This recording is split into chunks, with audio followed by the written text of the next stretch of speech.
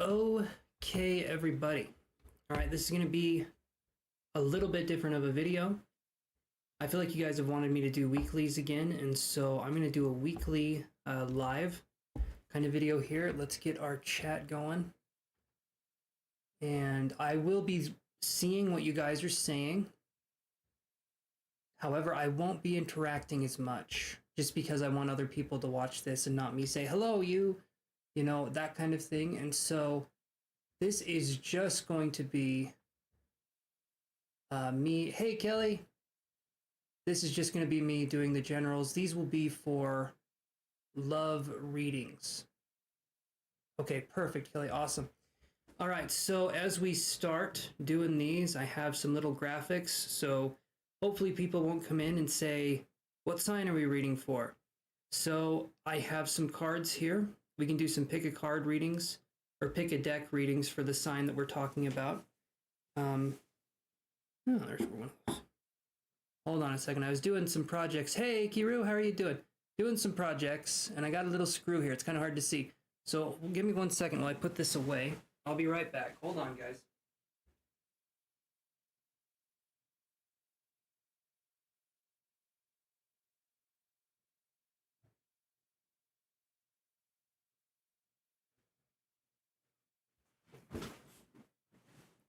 Good. I'm doing good. We're just gonna start out here. When I'm starting to do the live part, I won't be like, I'll say hello if you guys say hello and stuff, but this will just be 12 general love readings.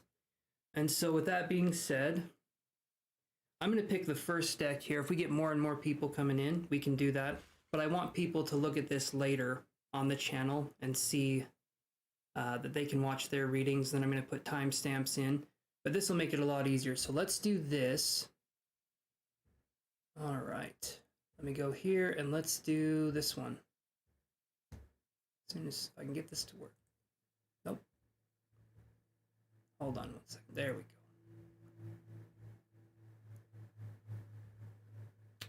All right, so let's do this. There we go. Hopefully you guys can see that. You can even make it just a little bit smaller. Let's go right about there. I'll move back just a little bit here. Okay, so we are currently on Aquarius love reading, as that says. And I'll lower my chair down. There we go. Now it doesn't look like my head's being clipped off there. All right, so Aquarius love reading. Awesome. Perfect. Perfect. Okay. So Aquarius love reading, let's do this here. And let's use these cards here. Okay. Just going to move some stuff over. Got 3 decks here. All right.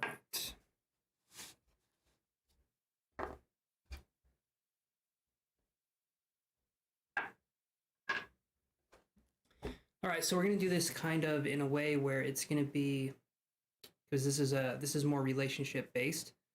And so we're going to do what's going on with your love situation. Okay, that'll be the first card. What do you feel about the person? Like what's kind of your feelings? Because sometimes we do need some clarity with that. Like, how are we feeling? I know me being a man, I definitely need to understand how my own emotions play into my life. So, you know, take that as you will. But then we can also do, what are they feeling? What are they thinking about the situation? Because sometimes we could have a partner or a person that, let's say they're not very vocal, right? Let's say they're not exactly, they're kind of the, some would say strong silent. I would say sort of just kind of in the corner watching how things go down, and they don't exactly express themselves. So let's look at that kind of situation here. So I'm going to take these cards here, and let's focus on doing one of these here. All right. So this is for Aquarius. And if you guys do feel like these readings resonate, please feel free to to tip down below. I'm probably not going to be making a ton of money off of these ones, but hopefully I can get some new subscribers. Hopefully we can do something here. But if you feel like this resonates, please feel free to tip. Any amount would be good. You can either do super chat here, or you can do through PayPal or Cashapp. The links are down below if you guys wouldn't mind doing that. So let's get started here. Let's do a couple more shuffles. Here. Let's do 2 more.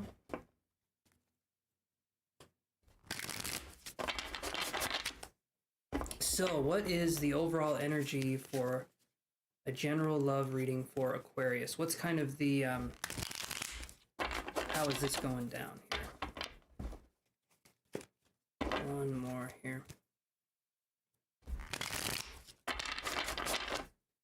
Okay. So we're going to do 3 cards. That too, if you guys wouldn't mind hitting like and subscribing, would really appreciate it. Okay, so let's look at this. Okay. Overall situation for Aquarius. All right. We have the 6 of Pentacles in reverse. Okay. Now, 6 of Pentacles is an interesting card. 6 of Pentacles is a harvest card, kind of harvesting what we're, kind of reaping what we sow. Let's put it that way. But when this is in reverse, Aquarius, we could be dealing with a situation where we're feeling ignored. We're feeling like maybe we're with someone that has charisma. They have this kind of special something, right? The special sauce. And it's feeling like this person gives their time to other people way more than they give it to you, okay? Because I'm feeling like this person could have intimacy issues, okay? And with intimacy, what's interesting is we have intimacy, which is into me, I see, right? And some people, they don't know themselves right there. So they can't see inside of themselves. They can't see how they are. For someone to be truly intimate and in the moment, they need to understand who they are as a person. And I feel like Aquarius, this person that we're talking about, could possibly be an earth sign, okay? Taurus, Capricorn, Virgo, but we're talking about a situation where we're just not feeling like we're getting the respect or the time that we would deserve, right? And I think all of us deserve to have something where we feel safe, we feel involved, we feel loved, we feel cared for. But I'm not feeling like we're necessarily getting that. And so it kind of comes to a point where we say, is this what I want? Is this something that I want, or would I want something better? Because, as I've talked about on the channel many times, the only currency that we really have, I mean, yes, there's money, there's stuff like that, but the only currency that we really have on this earth is time. And we don't get that back. We don't get to make more time. We don't get that back, right? And so it's important for us to prioritize and realize what it is we want to build up in our lives and what that would look like for us, okay? And if we keep settling for less over and over, we're going to keep getting less, okay? We reap what we sow. If we keep saying to any person that comes in our life, yeah, let's just do whatever, okay? And we don't have boundaries and we don't have this stronger sense of self, we're going to keep attracting, pardon the term, but we're going to keep attracting assholes, okay? Yeah. So let's look at this next card here. So that's kind of the overall situation. Let's look more into how you're feeling. Let's do a deeper look into how you're feeling here. Okay. 7 of Cups in reverse. Okay, 7 of Cups is the choice card, and it's emotional choice. When it's in reverse, though, feeling like we don't have a choice, or rather feeling like we don't have options, Aquarius. So we could be in a situation, okay, a relationship that is a situationship. We literally could be in a situation where we're staying with this person because no better alternatives have come along. And sometimes we need to leave the current situation we're in, be alone for a little while or for a while, figure stuff out, and then put ourselves back into the relationship world, put ourselves back into the dating world. Otherwise, we could be in a situation where we keep just letting the wrong person come in, and they can do whatever because we haven't kind of set those standards. We haven't set what we want out of this, okay? Hopefully that's making sense, because that's kind of what we're talking about here. So we just feel like we don't have a choice, even though we do. Even though we do have a choice, we definitely do, we feel like we don't. And a lot of times people myself included, everyone, we give away our own sense of power, and then we say, look at how powerless I am. But what's interesting is that if we're playing that game, we can also take back our power. We can also say, there is something about me. There is this kind of energy about me that I can take back this feeling. I can take back my own identity. I can be strong in this, and I can be more resilient. And so realize that we do have choice. But if we've been conditioned to feel like we don't, that's kind of where the whole thing falls apart. Okay, so let's see how they're feeling about this situation. Because right now, from what I'm seeing, it's definitely feeling like, and I've talked about this, when we're talking about relationships, there's three parties involved. There's you as the individual, the other person is the individual, and then there's both of you together, okay? There's individual energy, and then there's unionized energy. And if each of the individuals are growing and they're learning and they're adapting and they're evolving, that keeps the unionized version of that keeps them alive. And so that's something that I feel like is important for us to talk about. I'm hoping you can see that it says this right here. It says Aquarius love reading. Hopefully you guys can see this right up here. But yeah, so that's kind of the situation I'm talking about here. So let's look at how they're feeling about this situation. Okay, so here's an interesting one right here. So we have Two of Coins. Okay.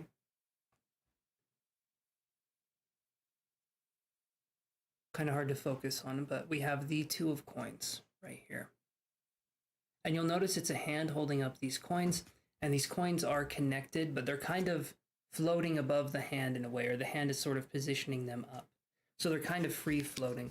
So when I see this here, this other person in this situation, they're not quite thinking of it as a grounded situation, right? They're not thinking of this as a situation that they necessarily have any stake in the game in, right? So this could be someone who, maybe we're looking at someone who's more of a player kind of energy, or we're looking at someone who just doesn't think of relationships the same way we do. So this person can kind of bob and weave and come in and out of relationships, but they don't necessarily stay. And if things get a little too serious, they pull back. They could be that kind of person, and it could be that kind of situation. So if we're talking about that kind of situation, I mean, look at it for what it is. If you feel like this person is just around you for possibly the sex or possibly things like that, then I would say if that's what you want to do, great.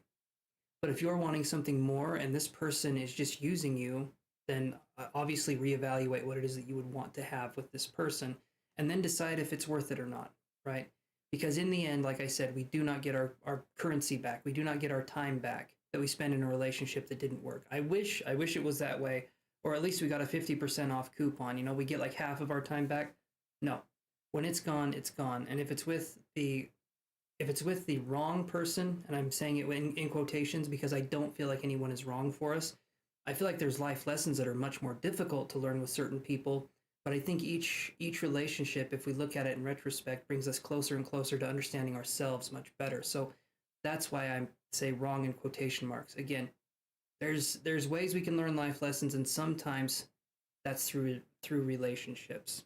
Okay, so from Aquarius, let's do this. So let me go to this one here. Okay, so let's move on to Aries.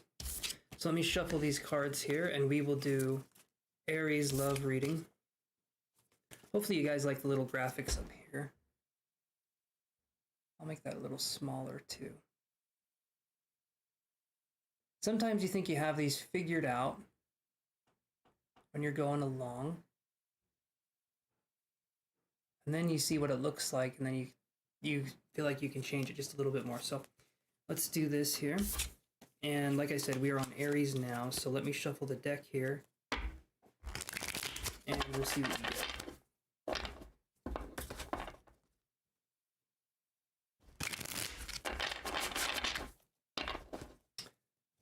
All right, what is the general overall energy for the love reading for Aries? One second here, you guys, hold on.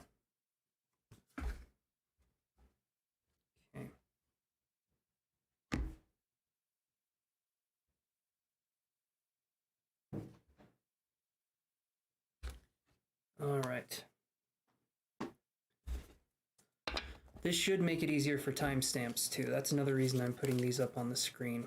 Should make it easier for me after I'm done the video to do timestamps so you guys can get your readings. Okay.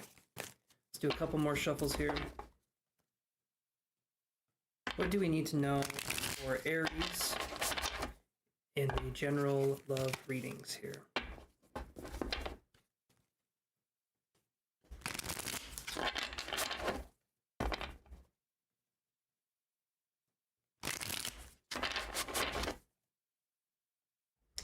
Okay, so we got our 3 cards.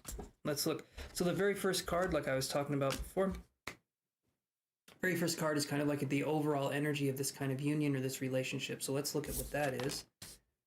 And this is for Aries, and we have the Chariot card right here.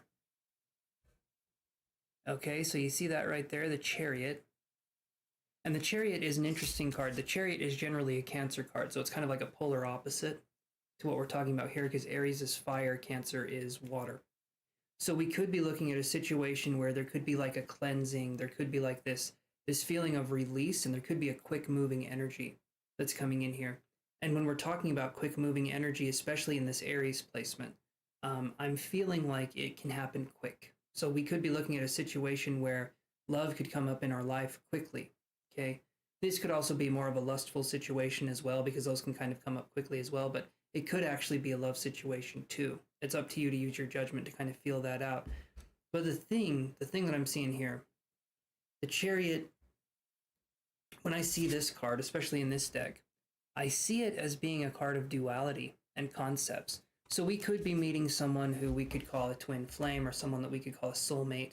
But regardless of what we would call this person, no matter what we're doing, we're going to be learning life lessons, okay? And sometimes those life lessons are not easy, especially when we're talking about doing these life lessons with a partner. It's sort of like all of your stuff that's been private for a while, that person gets to see it, right? The person that we're with gets to see the private lives of us. And sometimes we feel like it just feels a little too much. It feels like it's a little too much for people to be in our private lives. But that's what it means to be in a relationship. We kind of have to be on display, right? And so that's sort of the situation we're talking about. Now, with the Chariot here for Aries, if this is really, really fast-moving energy, and you're feeling like it's a little too much, where I see this being upright, I feel like there might be a way where we can tell the person, we can say, hey, cool your jets, let's kind of take this slow. If we're feeling like it's too quick, we are in control and we can say what's going on. If it feels like it's too fast. And then we get to see something when we do this. Now, don't play games with people with this. Don't have this be something we try to mess with people mentally. But what we can do is we can say that we want to take things slower because we do. And again, only do this if you're serious about taking things slower. But you can see the reaction of the person when you say that. If the person reacts in a way where they're offended, or they're saying, oh, it's this and that, like they get upset that you're setting a boundary, I don't feel like this person would be for you. It's a wise idea to look and see when you set a boundary that is actually you setting a boundary. It's not just you testing them. It's important to see how they react. It's important to see what kind of person they are, because when things are going well in a relationship, that's great. But we're not necessarily seeing the person for how they are. When the shit hits the fan, so to speak, that's when we get to see that person for who they really are. And if they can handle certain situations better, or they can let the situation breathe, and they can say, okay, if you need time, if you need me to slow down, I can do that for you. Then you'll know that this person wants to stick around. You'll know that there's something there. But it's important to look at what establishing boundaries looks like in a relationship, possibly before we get serious. Again, only do this with an actual situation where you are serious about either slowing the relationship down, or just setting a boundary, or just saying what's going on. But that's what I'm seeing here. Okay, so let's go to this one, Aries. Our next card here. So this is how you're feeling about the situation. Okay, and again, it's important for us to look at how we're feeling about the situation. Sometimes we look at our situation and we look at it a little too closely. We're a little too biased, right? And I've said this on the channel, when you are an actor in this grand life, in this grand play of life. You tend to get invested in your own character a little more than you should. And sometimes it's hard to see things objectively. It's hard to see things in a way where we take our perspective out and we can see it for what it truly is. Because we tend to get caught up in the romanticized version of what we feel like should be happening instead of what is actually happening. Okay, I don't know if you guys have ever done this. I've done it repeatedly. I like to think that everything's rosier than it actually is, and then something bites me in the ass, and I say, "What the hell's that?" And it's the ass biting monster, and it will bite you every time unless we look at things objectively. When we look at things objectively, we don't get our ass bit. Okay, so we have this card here, Page of Swords. This is how you're feeling. Now look at this card. Okay, this person is holding a sword, and you can see their face through the sword. It's kind of like this crystal sword energy. And what's important to realize with this card, when we're talking about, oh, focus on me, camera. Come on. Come on. Come on.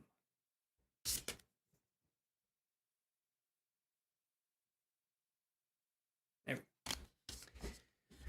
So when we're talking about the Page of Swords, we're talking about someone who is a neophyte, someone who is new to this kind of area, someone who we could be looking at. So this could be your energy.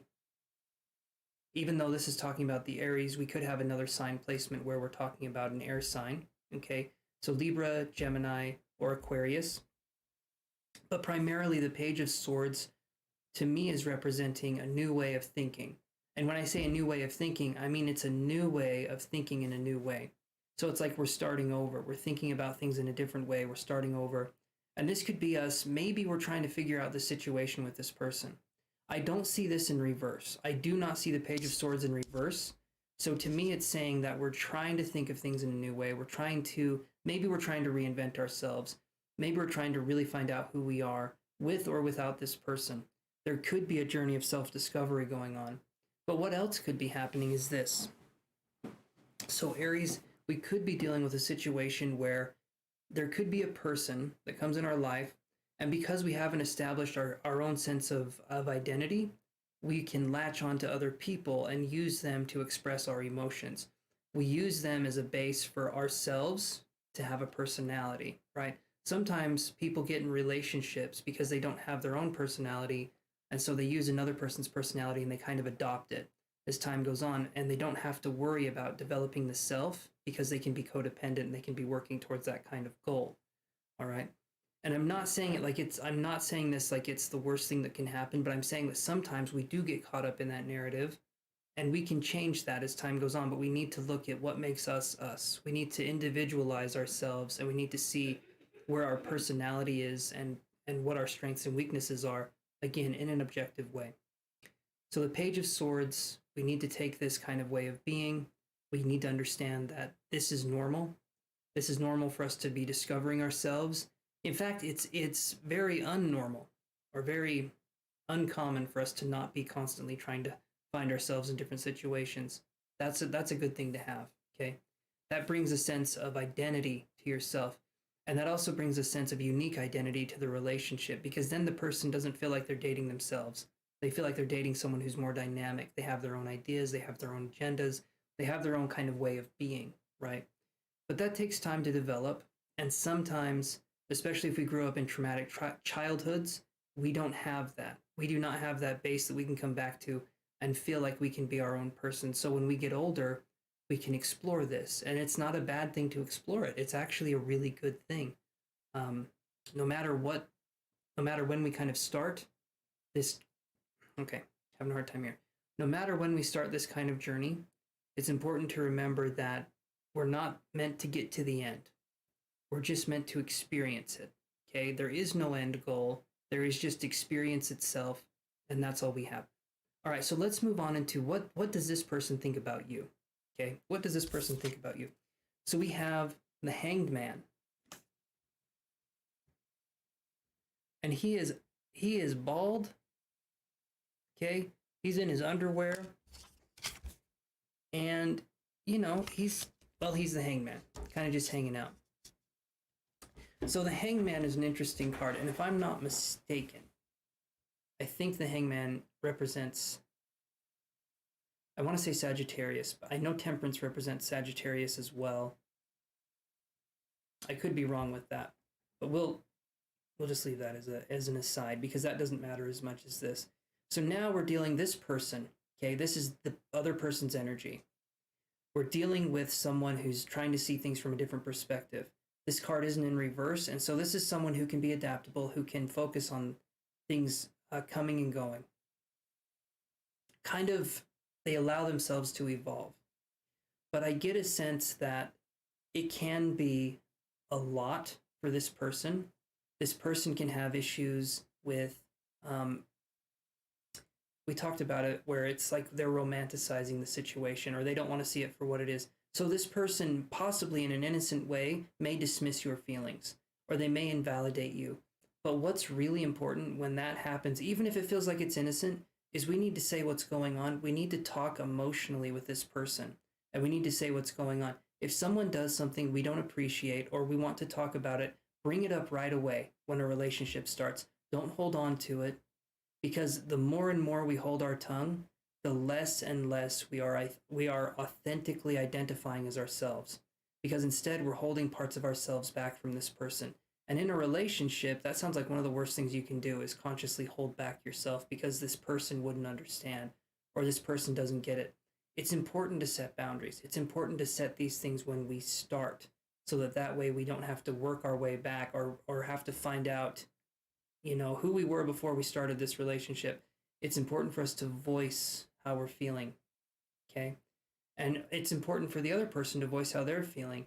And when we do that, we can start to live in a cohesive relationship. But if we hold things back, we're holding ourselves back from the person, okay? If my partner was doing something I didn't like, I'm not the best at it, but I'll say something or I'll try to, okay? In the past, I wouldn't do that. I would pout or I would be doing whatever sort of other manipulation tactics or different kinds of things like that. But I've since realized that that is not the way an adult human should act in any situation. So I'm trying to work on that. I'm trying to work through that kind of energy. But it takes time to learn these kind of ways of loving someone, of letting people into your world in a relationship. And it takes time, okay? So the best way we can practice, if we're with someone who is open to communication, that's the best place to start. And realize that we're not going to do it wrong. We're not going to be communicating wrong, but we're going to be learning the best way that we can communicate with ourselves, with other people, okay? And so let's move on into this next part. Just basically with this reading, Aries, let yourself be yourself, okay? If things feel like they're moving too fast, say, I want to slow down, set boundaries, see how the other person reacts, okay? But only if you feel like things are moving too fast. Don't mess with people. Don't manipulate people. And the reason I say that is because a lot of people, when it comes to love, they want to kind of take it and contort it and twist it and then say, this is love. This is love for me. When really love should be left alone. And again, it should be more of an objective reality than someone trying to twist and turn it and contrive it into something that it's not meant to be. So it's important for love to bloom, to blossom, not for us to stand over a flower with a hairdryer and say, look, flower, this is the sun. No, we're simulating something, but we're not getting what we actually need. And a lot of times there can be trauma responses, different attachment styles that make us act in these kinds of ways. Not that we're necessarily negative people, but there's subconscious things that we haven't focused on or we haven't even thought that we could fix in the first place. Okay, but once we know better, we can do better.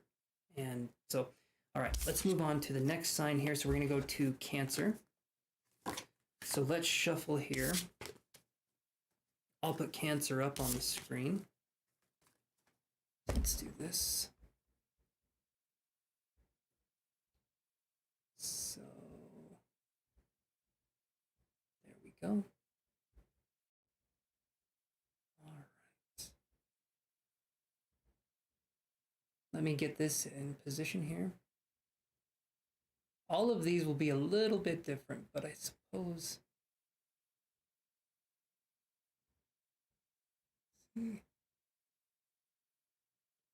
Okay, there we go. All right, so we're doing Cancer's love reading. I'm just going to move that up a little bit. There we go. All right, let's shuffle the cards for Cancer.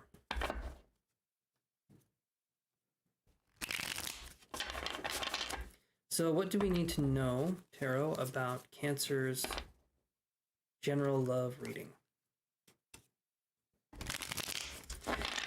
What do we need to know?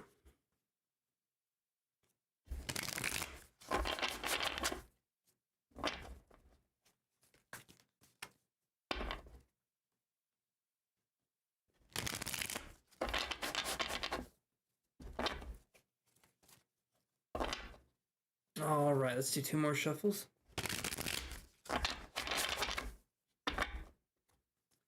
Last shuffle here. So we're going to look at the overall energy, and then we're going to look at how you're feeling in the relationship, and then we're going to look at how the other person is feeling in the relationship. Okay, so let's look at this. So what kind of situation are we looking at here in love for Cancer? We have 8 of Cups in reverse. Okay. Now this is an interesting card. 8 of Cups, it's kind of like when it's upright, we're turning our back on things. We're kind of taking things for granted emotionally. Or if it's in reverse, which it is here, we could be looking at either we're taking people for granted or they're taking us for granted. That's kind of the way I would see it. Not necessarily that we're taking a situation for granted, but that we're taking, maybe we're tired. Maybe we're feeling a sense of like, this person should understand me, they should get me, but they don't. So if we're feeling like we're being taken for granted, what that looks like is a person not giving us their time, a person not giving us their attention, or a person feeling like they can just sort of do whatever they want and there's no repercussions, right? Like imagine someone coming in your life and they just vent and vent and vent about their day, about what's happened, and they don't give you a chance to speak about your day. They don't throw the ball of conversation back and forth, because that's kind of how I view conversation, is you're holding a ball in your hand. When you're holding the ball, it's your turn to speak. But when you're done speaking, you toss the ball to the other person, and then they grab it, and then they hold on to it, and it's their turn to speak. And sometimes partners do not understand the art of conversation, okay? A lot of times it can start with simple things. Like, for instance, how did you sleep? Okay, I ask that to my partner in the morning. How did you sleep last night? And she'll say, good, you? Or she'll say something and then you. And that's important because that shows there's conversation that's happening there, because I get to say how I feel too. It's good to say, oh, and how do you feel? Or what's going on with you? Or how is this? Because that is a person that is checking in with the other person, okay? When we're asking questions, when we're being curious of how another person is, that shows love, that shows appreciation, that shows gratitude for a connection in a relationship. But curiosity is the thing that defines that. So Cancer, if we're looking at this in a way and we're feeling like we're taken for granted, maybe we need to talk about it to the person. And if you would, and I will say this, if you say something along the lines of, oh, I can't talk about this to that person, it's probably not a situation for you in the first place. If you're feeling stifled, like you can't talk about these sort of things with your person that you're interested in, reevaluate this kind of relationship, because you should be able to talk about things. If someone gets annoyed really easy or they don't have time for you, it has nothing to do with you. It's everything to do with them. But at some point, you chose that person, okay? And it's important for us to realize that we get to make decisions in our lives over and over again, and we can unchoose the person. We can start with something else. We can start with something better, but we need to understand our own self-worth first, okay? So let's move on into this part. So this was kind of the overall energy of the relationship, possibly being taken for granted.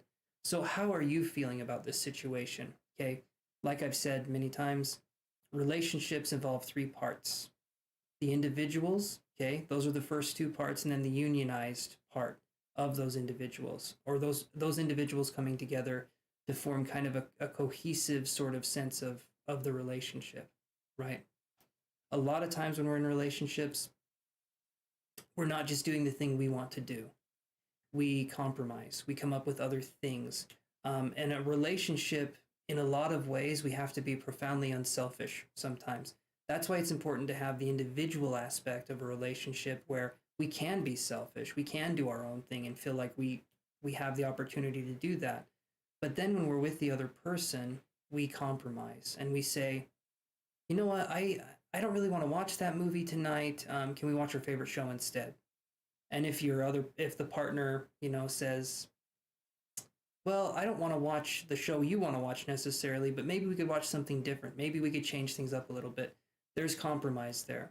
We're not watching the movie we were going to watch, but we're going to find something else to watch together. So it shows that there's compromise, and that's an important thing. So let's move on to how you're feeling in the relationship here, Cancer, primarily. Okay, so this is interesting here too. So Cancer, you're getting all cups so far, and you are, of course, a water sign, and this is talking about the water sign. So this is the Three of Cups in reverse. I do not get this card coming up in these readings hardly ever, especially in reverse. And so this is definitely your feeling like your cup is empty. You're feeling like you're trying to start something with someone. You're feeling like you're trying to let this person into your world, but they're not necessarily playing the game. Okay, I feel like you're putting yourself out there. You're letting yourself kind of reach for this person, and in return, they slap your hand away and they say, "Get that away from me. I don't want that." And so, if you're reaching out to someone constantly, like let's say it's this kind of a situation. You guys are in a long distance relationship, maybe for a few months, maybe for a year, but there's a sense of not always being able to see each other, not always being able to be around each other. Long distance relationships can work. That's not what I'm talking about here. But let's say you're in a long distance relationship and you're the one that's always initiating the conversation. Okay? You're the one that says good morning, you're the one that says good night, and you're the one that starts every single conversation. So for some of you, that could be a shock. That could be a realization where you're like, oh wait, I am the one that started all these conversations. This person isn't communicating with me. And that's where we can see that something is going on. That's where we can see that something doesn't feel quite right. We need to have conversation where the other person is asking us things, where we feel like the other person is curious about our mind, our spirit, our soul, our emotions, because that's how I feel like you would be, Cancer. You're curious. You want to sort of dive into another person, not to copy them, not to emulate them, but to see who they are. And I feel like Cancers love to dive deep into the character of a person and try to figure them out. Not in an invasive way, but in a way that it's like they're genuinely interested in understanding people. Okay? That's the kind of situation I'm feeling here for Cancer. So if we're giving someone our all, if we're giving it everything we've got and they are maybe given 3% back, is that fair? No, that isn't fair. But it's up to you if you want to decide to stay in that situation or not. It's up to you to say how you feel, or rather how you would like to feel in this situation. And we get to do that. That's the whole point of being in a relationship, is that we get to decide how that goes. Okay? But we need to establish that we care about ourselves and that we have self-esteem and that we understand who we are as a person, so that when we're with another person, we don't let them put us down. We don't let them tell us how it is. We want to have a symbiotic relationship. We want to have a give and take kind of relationship, not a give relationship, and then all they do is take, because that eventually is going to lead to some resentment if it hasn't already. Okay? So let's look at how the other person feels about this situation. And we see 10 of coins in reverse. Okay?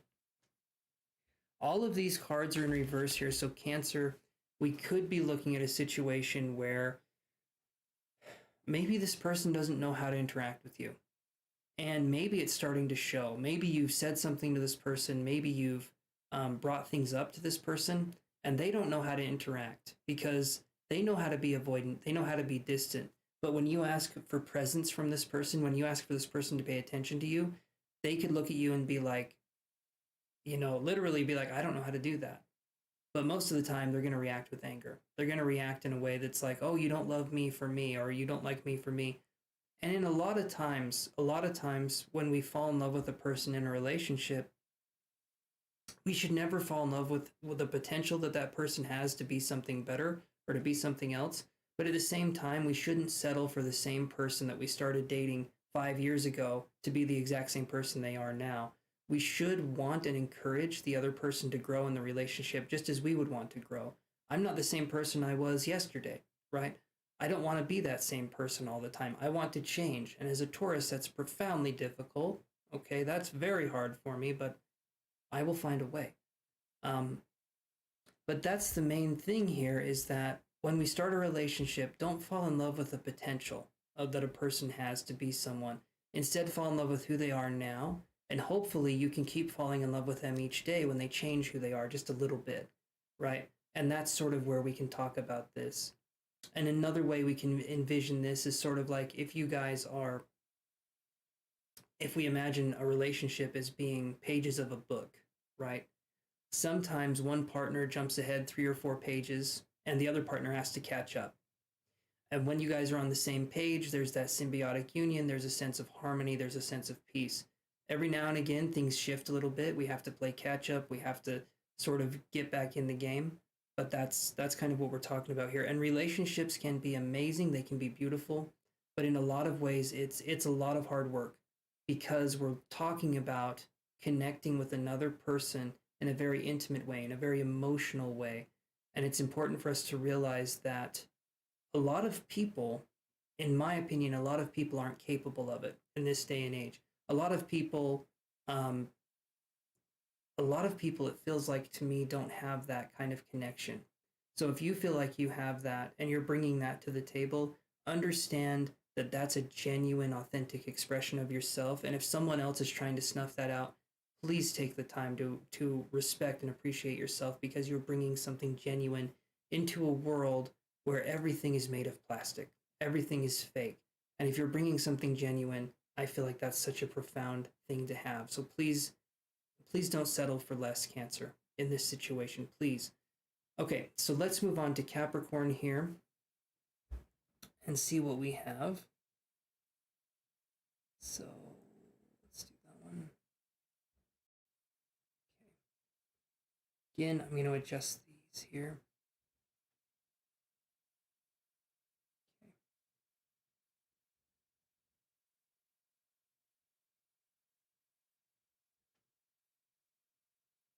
There we go, that looks okay. All right, I will shuffle now for Capricorn. Give me 1 second here. Just gonna check something really quick. All right. So we're currently on Capricorn. So this can be sun, moon, or rising. Or, no, I'm just kidding. I don't know the other ones, okay? But this is primarily Capricorn, sun, moon, or rising. So let's see what we get for all my Cappies out there, all right?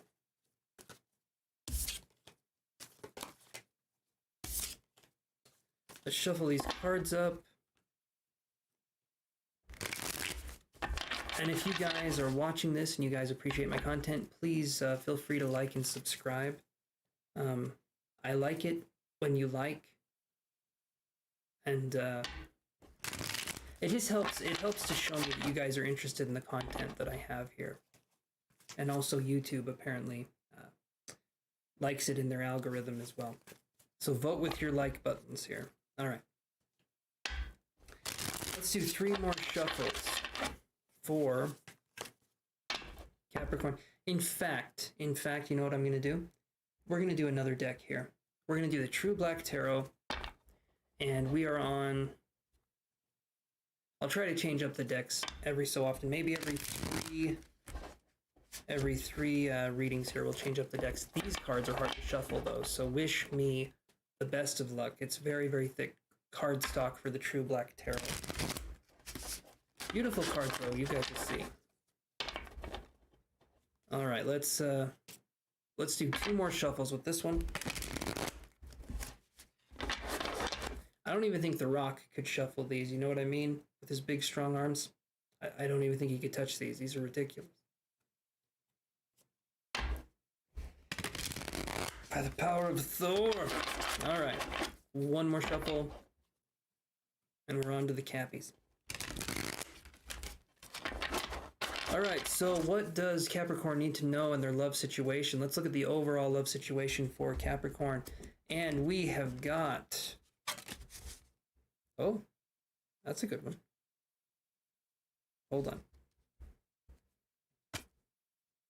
Good as in interesting, not good as in good or bad. I should probably clarify that. I don't like using labels. Labels are good for the ego, but they're bad for the human spirit. As soon as you define something, it can no longer be anything else, right? Okay, so we have Ace of Pentacles right here.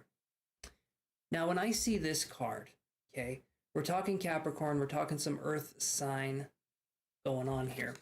And when I see the Ace of Pentacles, it could mean starting something new. Now, here's what I'm feeling here. Some of us could be starting a relationship. It feels like with the Sagittarius. It also feels like we could be restarting a relationship, meaning that we've been in this before. And there could be a Libra as well, because I'm seeing the Justice card. But there could be a situation where we're starting something new, and it could be that we're restarting it. There could be a person that we've already tried a relationship with, possibly Sagittarius or Libra.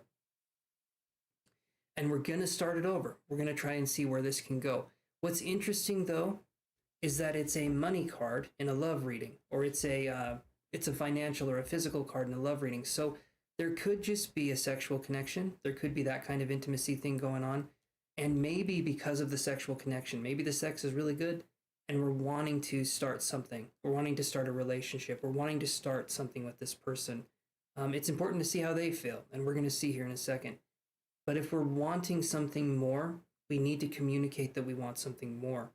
And I'm seeing this card, it's face up. It's a face up Ace of Pentacles, or Ace of Coins, whatever you would want to call it, Ace of Discs. Anyway. But primarily speaking, we could be looking at that situation. And also, if we take the time to ask questions, that's going to be huge. If we're in a situation, and I'm going to keep saying this again, and I'm laughing, I'm kind of smiling about it because I've dealt with this. I've dealt with this on the channel many times. If we cannot ask the person, if we cannot ask them the question, do you love me? What's going on here? If we can't ask simple questions to this person, they're probably not the person we're supposed to be with. If they seem to get annoyed over the fact that we are a person and we have questions and we have needs, they might not be the person for you. Okay, and I've had people come on the channel and I've had them ask me, and I love that I can help answer your questions, you guys.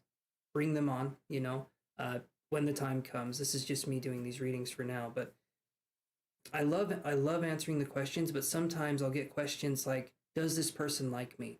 We've been dating for 3 months. Do they care about me? Do they like me? And I'm thinking in my mind, you should be able to ask them that. You should be able to ask them those questions. Instead of coming to me, a third party, you should be able to ask. But I understand some people are closed up. Some people don't express themselves. Some people don't let things in. And it's up to you whether you want to stay in that situation or not. But let's look here. Let's look at some of these other cards. So how do you feel about this situation? The overall energy is the Ace of Pentacles. Starting something, possibly restarting something. But it feels like it's not necessarily a love situation. It feels almost like it's a business or a contract. I would almost say a marriage for a green card, or I would almost say like a situation that doesn't necessarily feel like love. It feels kind of like, I don't know. It just has a different ring to it. Not a bad card. I'm not saying the Ace of Pentacles is bad for a love reading, but it doesn't give me that like warm and cozy feeling, right? It gives me a feeling of like almost like a business transaction or something going on here. So there could be a situation that it feels transactional. Maybe we're dealing with someone and it feels like we're running a business instead of having a relationship, right? So let's see how you feel in this right here. So then we get the 9 of Coins. Hello, Donna Marie. Then we get the 9 of Coins, in reverse right here, okay? And we have what looks like, I almost want to say an ocelot on the, well, it's a cat, I think. I'm pretty sure that's a cat on top. Gorgeous, if you type in ocelots, they're gorgeous animals. But we have the Nine of Pentacles. Now, the Nine of Pentacles in reverse, okay? If this is your energy, we're talking about Capricorn here. If this is your energy, this is someone who's not feeling independent. Maybe we feel like we've lost the self somewhere in this kind of situation, because I view this card as being an independent card when it's upright. When it's in reverse, we could be looking at another person as completing us. Instead of us completing ourselves and then we go out and we find a relationship and that person loves us for who we are, we could be looking at relationships as a way for another person to complete us because we feel hollow or we feel empty without having another person there. This generally, in my opinion, it stems from trauma. It stems from feeling like love and appreciation is always outside of ourselves, but our first real relationship should begin with ourselves first, and then we can enter in relationships with other people, but we need to love ourselves first. How could we expect someone else to love us and to care about us if we don't care and love ourselves? Okay, I want you guys to think about that. And another thing that we can talk about here is when we're talking about relationships, I want you to focus on treating yourself like your own best friend. I know it sounds hokey, but imagine you're in a situation, your friend comes up to you, they're dating somebody. I'm going to use a guy as a reference here. Your friend comes up to you, they're dating a guy, and the guy is dismissive. The guy gaslights. You guys can look up the gaslighting term, but they make the person feel crazy. They make the person feel this way. Now, if that friend told you these things, you would be upset. You would say, you know what, you shouldn't be in that situation. This person's trying to manipulate you. They're trying to take advantage of you, and they're trying to make you feel like you're crazy. Okay? But if it was happening to you, you wouldn't see it that way. And that's because we haven't built up our sense of self-worth or confidence. We view our friend as someone who's more important than us, and so we give them advice and we tell them how it is. But when it comes to our own situation, we don't take our own advice. Okay? That's a situation we need to step into. We need to be our own best friends and see things objectively and say it how it is. Even though it can be painful, it's better to have a little bit of pain now than to have a whole bunch of pain later because we didn't fix the issue or we didn't try to fix the issue. Instead, we stayed in a situation where we didn't feel appreciated, or even worse, this person's controlling us, they're manipulating us. And over time, if we don't do something, we can give that person more and more power to manipulate us further and further. So it's important to see it for what it is, especially in the beginning, and then to go from that kind of mentality. Okay? 1 second here, you guys. So let's look at this here. So the next card here, this is how they're feeling. So Capricorn, this is how the other person is feeling. So let's look at that. And we get this card. We get the High Priestess. Okay? Now, it's not in reverse. But this... Oh, there's smoke. There's a little bit of smoke. And so I'm a little on edge sometimes because in my house, especially this past week, there has been constant spirit that I've been seeing. I've even multiple times, and you guys are probably going to think this sounds interesting, and this relates, anyway, but multiple times, I thought my partner walked into the kitchen, I started talking to her, no one's there, but I see things moving, I see shadows, I see these things moving, and they're walking around, they're going around corners, and I feel like it's my partner, or it's one of the cats that I have, or it's our dog, you know? I'm feeling like there's a lot going on, especially right now. There's a lot of spirits coming in. So if you guys are seeing things in the corner of your eye, as long as you're not feeling threatened or you're not feeling like a sense of negative energy, communicate and say what's going on and talk to the spirit if that's something you feel comfortable with. But realize that you're in charge of how this kind of happens. They've just been kind of messing with me, but not in a negative way. Just, I guess, having a fun kind of thing. Now, the reason why I talked about that story is because the High Priestess is a psychic card. Generally, it's a psychic card. It brings about psychic awareness. It brings about a sense of the subconscious becoming conscious. Or we can view it like the female, the feminine, the divine feminine aspect of the Magician. Okay, the Magician is kind of like the divine. If you want to look at it this way, the Fool is like the androgynous card. Okay, it's neither male nor female. If we want to look at it like that, we can definitely look at it like that. It has the potentiality to be both. It hasn't yet settled on anything. It's the master, but it's also the student. Okay, and it can flip-flop between the two. The Fool is a very interesting card. It's the 0 card of the zodiac, or of the tarot. And then we have the Magician. That's the divine masculine expressing itself. And then we have the High Priestess, and that's the divine feminine expressing itself. So the divine feminine knows to wait. The divine feminine is passive, okay? But not in a way where it's like we let someone walk all over us and we don't say anything. That's not what I'm talking about when I'm talking about passive.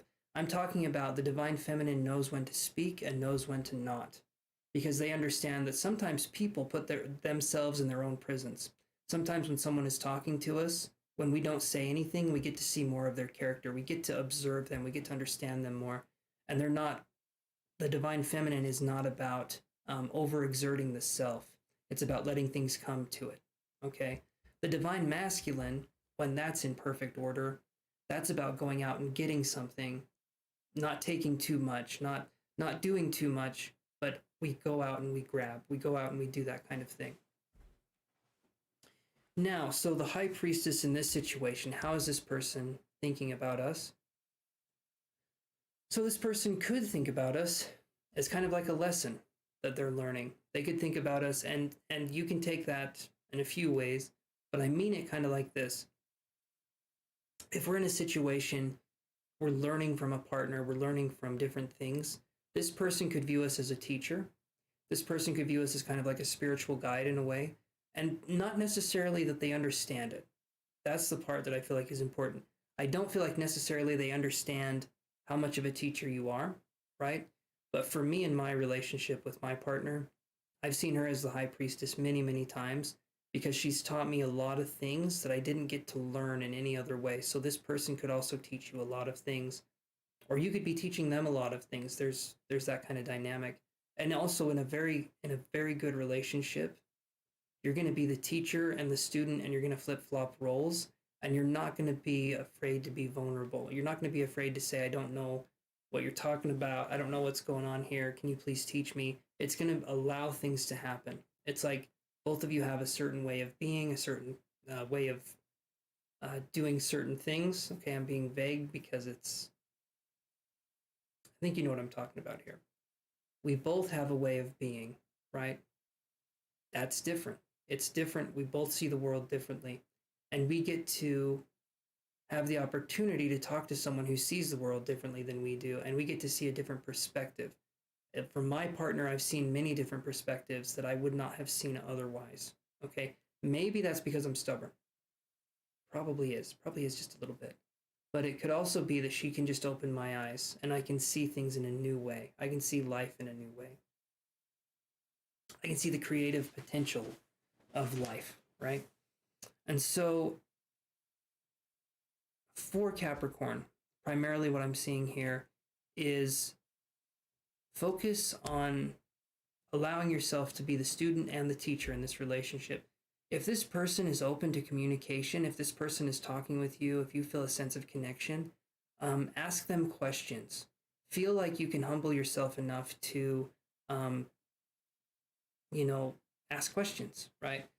And sometimes in relationships, there's a power play where there's a fear of being vulnerable. There's kind of a fear of being judged, or feeling like we're not good enough, or, things like that.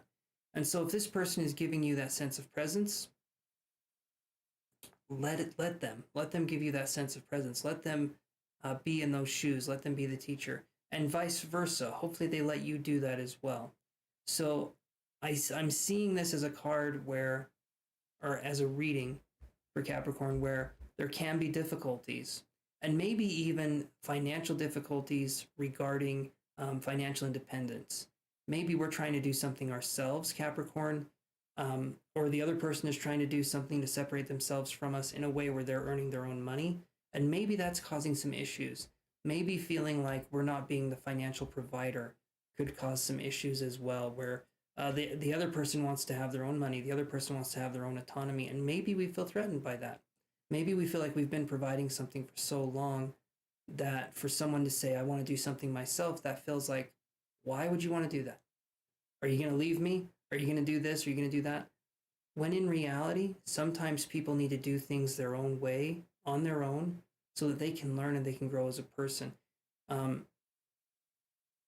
For instance, if we had, and I know I go into a lot of stories here, if we had a child, okay, when we get to be about, I think it's about 12 to 16 years old, around that time, we need to have situations in our life. We need to have these kind of dire situations, and I'm using quotation marks for dire because they're not really dire, but it's high school, it's middle school, it's those kinds of things, and they feel like it's the end of the world. But what can happen is the child is going through stress, they're going through pressure, and if mom and dad don't jump in all the time, the child gets to learn that they can solve their own problems. The child gets to learn that they can have their own independence and that they can handle life by itself. Now, on the other hand, if that 12 to 16-year-old child is having these issues happen and mom and dad constantly jump in and intervene so that the child doesn't feel pain or discomfort, what happens is that child never grows. That child never learns that they can handle their own situations. Instead, they'll always look for other people to bail them out of situations. Okay? So it's important to see how we kind of handle those situations.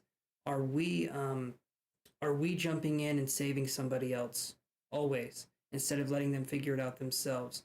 Yes, it's a sad thing if someone can't figure it out, but eventually if they're left alone and there's no other choice, they figure it out. They understand how to do things and they can focus on becoming more independent and more autonomous and more themselves. Okay, so let's move on here to, let me do this here. So now we're going to do Gemini. Okay.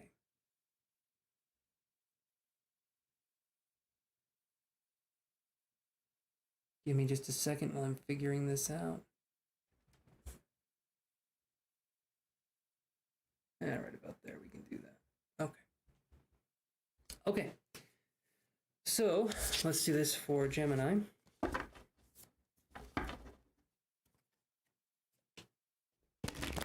Hopefully you guys are enjoying these readings. I appreciate you guys coming in and stopping by.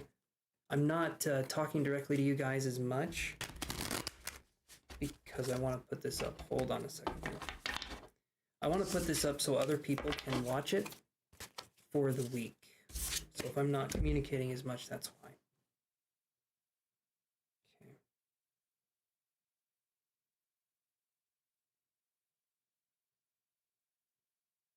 All right, let's do this for Gemini. Hopefully you guys like these up here.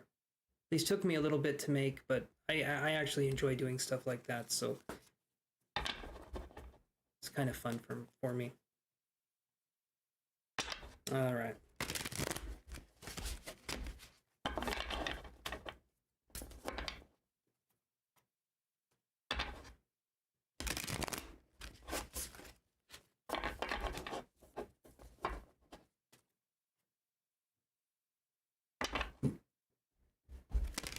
I don't know if you guys heard that. I burped on camera just a little bit.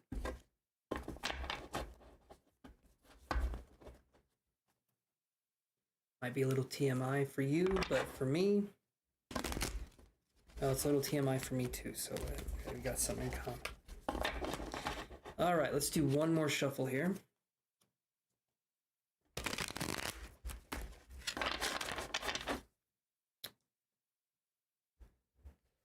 All right, so tarot. What does Gemini need to know for their current love situation? First card is the overall energy. That's what we're talking about here. The first card is the overall energy for Gemini. Second card is how you feel, and the third card is how the other person is feeling in the relationship. So, enough waffling around. Let's get into it. All right. So we've got one card, we got two cards, we have got three cards. Okay. Now, let's look at what the first one is. So this is the overall energy of this of the love situation for Gemini. So let's look at this. Wow. Okay, so the reason I said wow, you'll see here in a minute, is because of this. We have this card right here. This is Major Arcana. This is the World card. Okay. And this is upright. So you, Gemini, could be literally on top of the world. So there could be a new situation, or maybe a person we were waiting to come back has come back. That to me is kind of what's going on here. Sorry. Someone who has kind of been around the block, come back to this situation, and now the love situation could be blossoming. It could be turning into something else entirely. So it could be going from, hey, Aries, how are you doing? It could be going from a sense of people not necessarily understanding who we were or how we are doing, but now we could be having a person or a partner or a situation where we're being seen, we're being validated, and we're feeling like we are on top of the world, okay? So that's a good card. That's a really good card to have in this kind of reading, because it's showing that we are kind of in a good mood, right? The World card, being on top of the world, literally is how we could read that. Okay. So the other way I would say this is it feels like things are progressing. And the thing with humans is that when we feel like we're progressing, when we feel like we're getting somewhere in life, we tend to feel happy. We tend to feel like things are moving, things are actually doing something for us. Humans are all about progression. And when progression keeps happening and keeps going, we tend to be happier. When things aren't moving for us and it feels more stagnant, it feels like we're congested, we're constipated, whatever you want to call it, it feels like that's what's going on here. Okay, so let's look at this next card. And what's interesting is we have kind of a theme here. So this next card is how you're feeling in this situation. And we have the Queen of Wands. Okay, that's going to look like swords. And for me, I thought it was swords for the longest time, but you guys can't see it, but the wands, right? They have more of a stick-like quality to them. And also she has this crown up here, which is usually only in the wand thing. So Queen of Wands here. So sorry about the yawning, guys. I don't know why it's hitting me pretty hard. So we have Queen of Wands, and this is a creative card, okay? So how are you feeling in the relationship? You're feeling good. You're feeling like you can be creative, you can be yourself. There could be good, sexual energy, good chemistry that's going on here. There could be a sense of like just being in that flow state. The Queen of Wands, to me, it can be subconscious creative energy, and I say subconscious because the divine feminine or the feminine represents more of the subconscious, right? And so there could be a sense of someone finally seeing our worth. We're feeling a sense of feeling validated, okay? It relates a lot to the World card because it can be a card of progression. It can be a card of possibly, maybe we're in a situation where we're ready to settle down, we're ready to start a family. The Queen of Wands to me is a very passionate card, but it's also a card where it's kind of fair, it's reasonable. It doesn't just get caught up in passion and that's it. It knows when to be caught up and it knows when to not be. It knows when to let reality take its course, and it knows when to kind of be in its own fantasy world, because the Queen is maturity. So it shows that kind of energy here. So Gemini, how you're feeling is you're feeling mature, you're feeling strong, you're feeling a sense of things clicking, things moving for you. Okay, this is a good reading. This right here so far, again, labels, but this to me is a good reading. This is something that I feel like a lot of people would want to have, because it's showing that there is a divine expression of the self and it's being treated well. It's being received well by other people. Okay, so let's look at how the other person feels in this relationship. Let's see.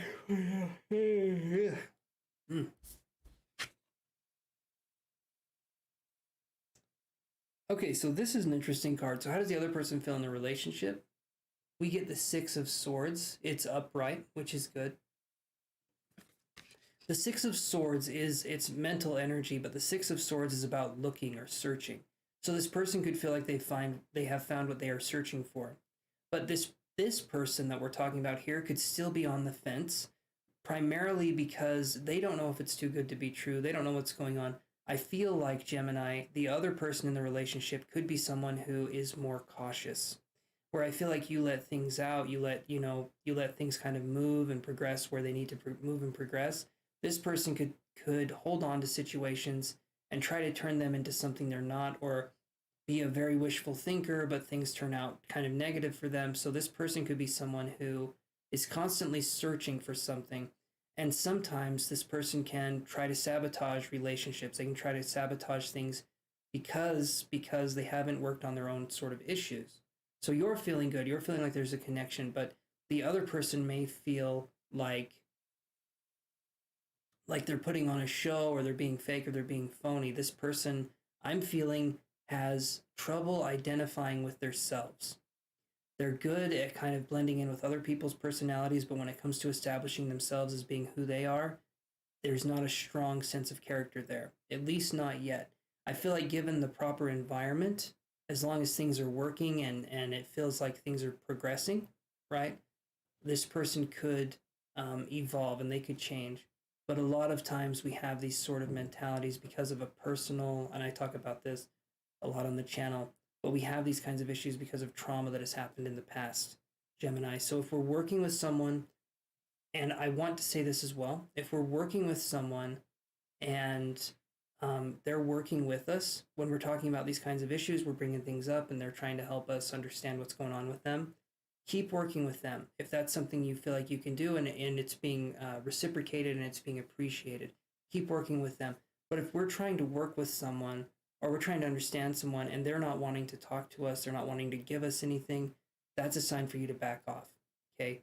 And sometimes possibly even get into another relationship eventually, because there could be something here where the other person doesn't want to evolve, they don't want to let go of certain concepts, it's painful for them to do so, and it is not your job to be, mommy girlfriend, right? Or mommy or daddy boyfriend. It's not your job.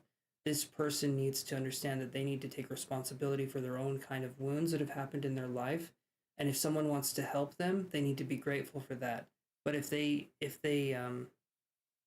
look at the help that you're offering them and they view it as incredibly threatening and they get mean or they get, belligerent, whatever happens, take a step back and realize that it is not your place to fix anybody.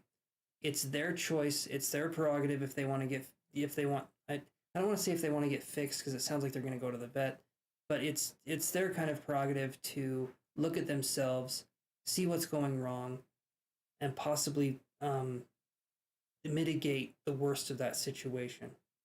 Okay, hold on one second, guys. I have my phone here. I just need to check something really quick.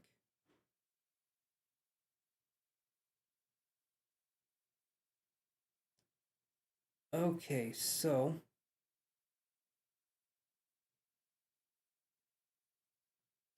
all right, so that's what I'm getting here. Just basically, if you're feeling on top of the world, you're feeling like things are going well, that's great. Let that be the case. But if the other person is struggling, things are going on, ask them if they need help, and if they want the help, know that they'll ask for it. But if they keep saying, no, I don't need it, no, I don't need this, don't feel like you have to be what I call an investigator, right? That's like an investigator that guesses, okay?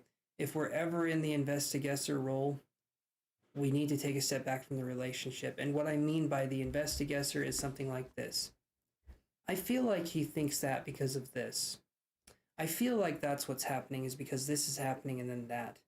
That's investigating, because you can't actually ask the person directly what's going on. And so you're using I feel statements, which could be completely and totally false. But because we can't ask them what's going on directly, we like to think that we know what's going on with them. We like to think that we can get into their minds.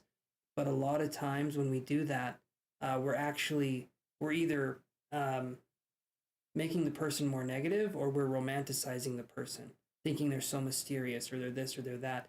And that makes it hard for us to see the situation for what it is. So if we're ever investigating, take a step back and just ask the person flat out and say, why did you do that? Or why do you feel that way? Or what's going on? Because you shouldn't be having to read the other person's mind in order to feel like you're in a stable relationship. Because I'll tell you right now, I do psychic work, but even I'm not a mind reader. I would never want that. I would never want that in a relationship because that's not fair. And mind reading, we'll talk about this for a second here. Mind reading is an interesting phenomenon. I'm not going to talk about the psychic aspect. But Gemini, when we're little, when we're very young, we have this thing. Our parents, we look at our parents when we're very, very young. And we can look at our parents and we can cry. And we can, and our parents will think, okay, that could be they're tired. They need me to hold them. They just want to feel loved. They just want to feel appreciated. Or they're hungry. Okay. Or they poop themselves, whatever it happens to be. But there's that kind of situation where it can only be a few options that the parent has to choose from. And if they go through those options, they can see where the child needs help and then they can meet those needs. What happens is when we get to be adults, and because of the Disney and the romanticism, the age of romanticism that we live in, and the Hallmark movies, we tend to view the world as a partner that I have should be able to read my mind, because that's what I've been told through media. That's what I was shown when I was a baby from my parents. But as we get older, we become much more complex than I just pooped myself and, I need a nap, right? There's a lot more emotions, there's a lot more feelings, and we become much, much more complex. And so still thinking that a partner can read our minds, to me, that's very immature, because they should never be in a role where they have to read our minds, okay? And I've had that in my relationship a long while ago. We used to both have that, me and my partner, where we would try to read each other's minds, okay? But when there's no communication, the other person doesn't know how to treat us. And then they end up treating us a certain way. We don't appreciate it, but we never told them how we wanted to be treated in the first place. And so we cannot blame them that things are happening, okay? Just what I'm saying here, don't think that people should be able to read your minds, because they shouldn't. We need to communicate and be effective communicators. Okay, so let's move on here into the next card here. Okay, just have to send a message really quick.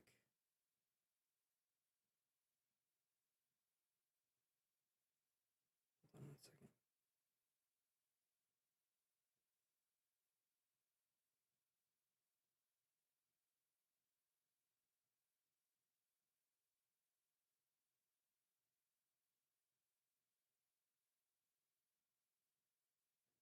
Okay, so the next one we're going to move on to is going to be, let's see, we had Aquarius, Aries, Cancer, Capricorn, Gemini, and then I'm thinking it is Leo next. Yeah, that seems right to me. So Leo and then Libra. So let's see what we get here.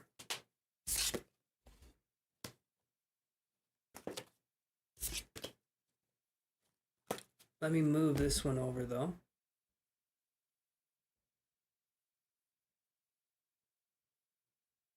So where is, I need to alphabetize those so they're easy to see. So let's do this one.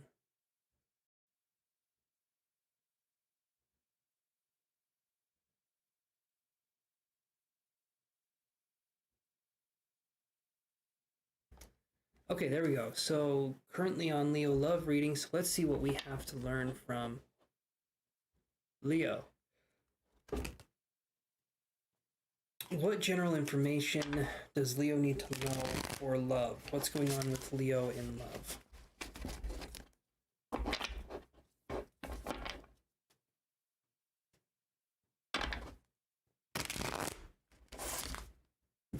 Ah, man.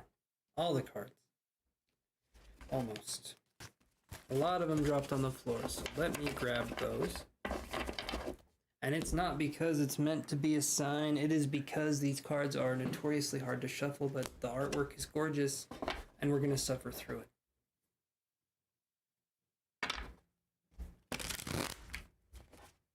We're going to do this for the sake of art, Leo, and I think you understand that. I think Leo gets that more than any other sign, is that sometimes the aesthetic appeal is quite often something that we need. It's a breath of fresh air in a lot of ways. All right, let's do one more shuffle.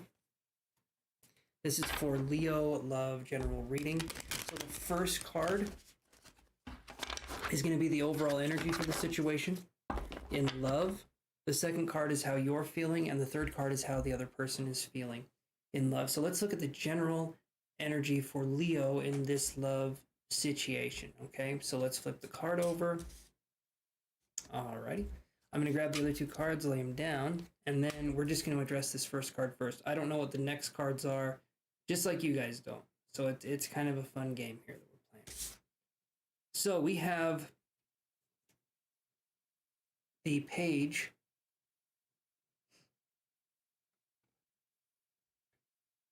of Coins.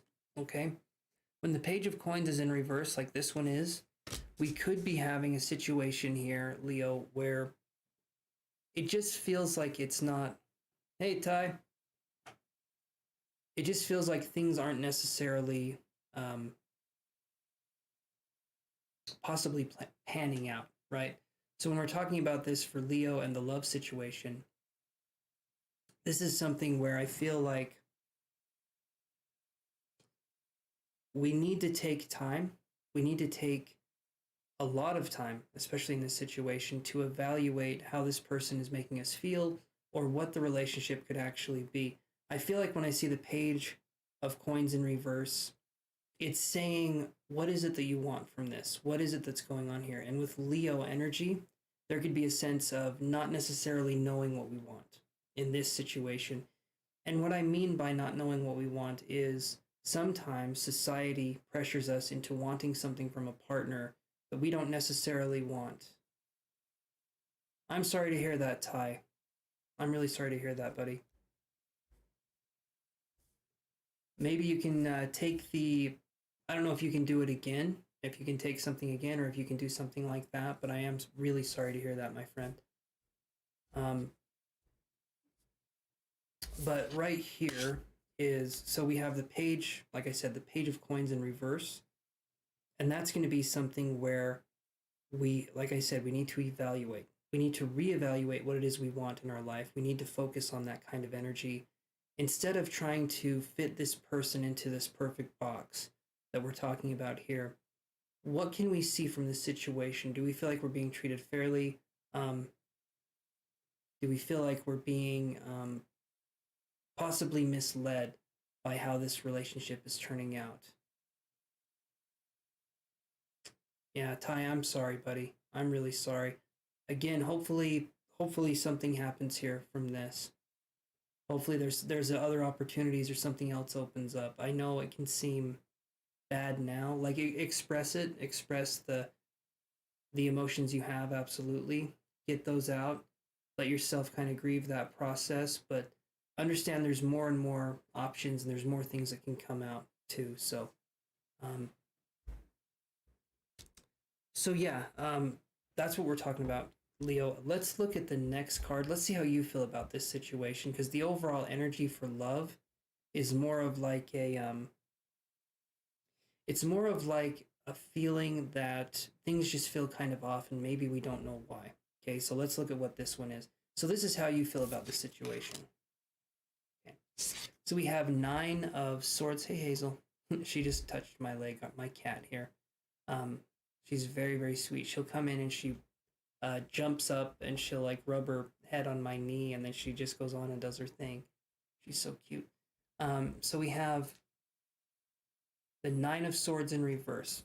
So the 9 of Swords, when it's upright, is a card where someone can be very defensive. It's a card where there's like this last kind of feeling of energy. It's like your last stand. When it's in reverse, though, it's not allowing ourselves to possibly see the situation for what it is, like we've been talking about. So we could be kind of blinded to the situation that's going on here because maybe we were too passionate about the situation, or maybe we were focused mainly on trying to meet the other person's needs instead of our own. That can be something here. So hold on one second, guys. So Ty, my friend, so right now I'm doing these readings, and I'm just doing the general readings for the signs. And so I've generally not been talking to people while I'm doing these. But I appreciate you have questions.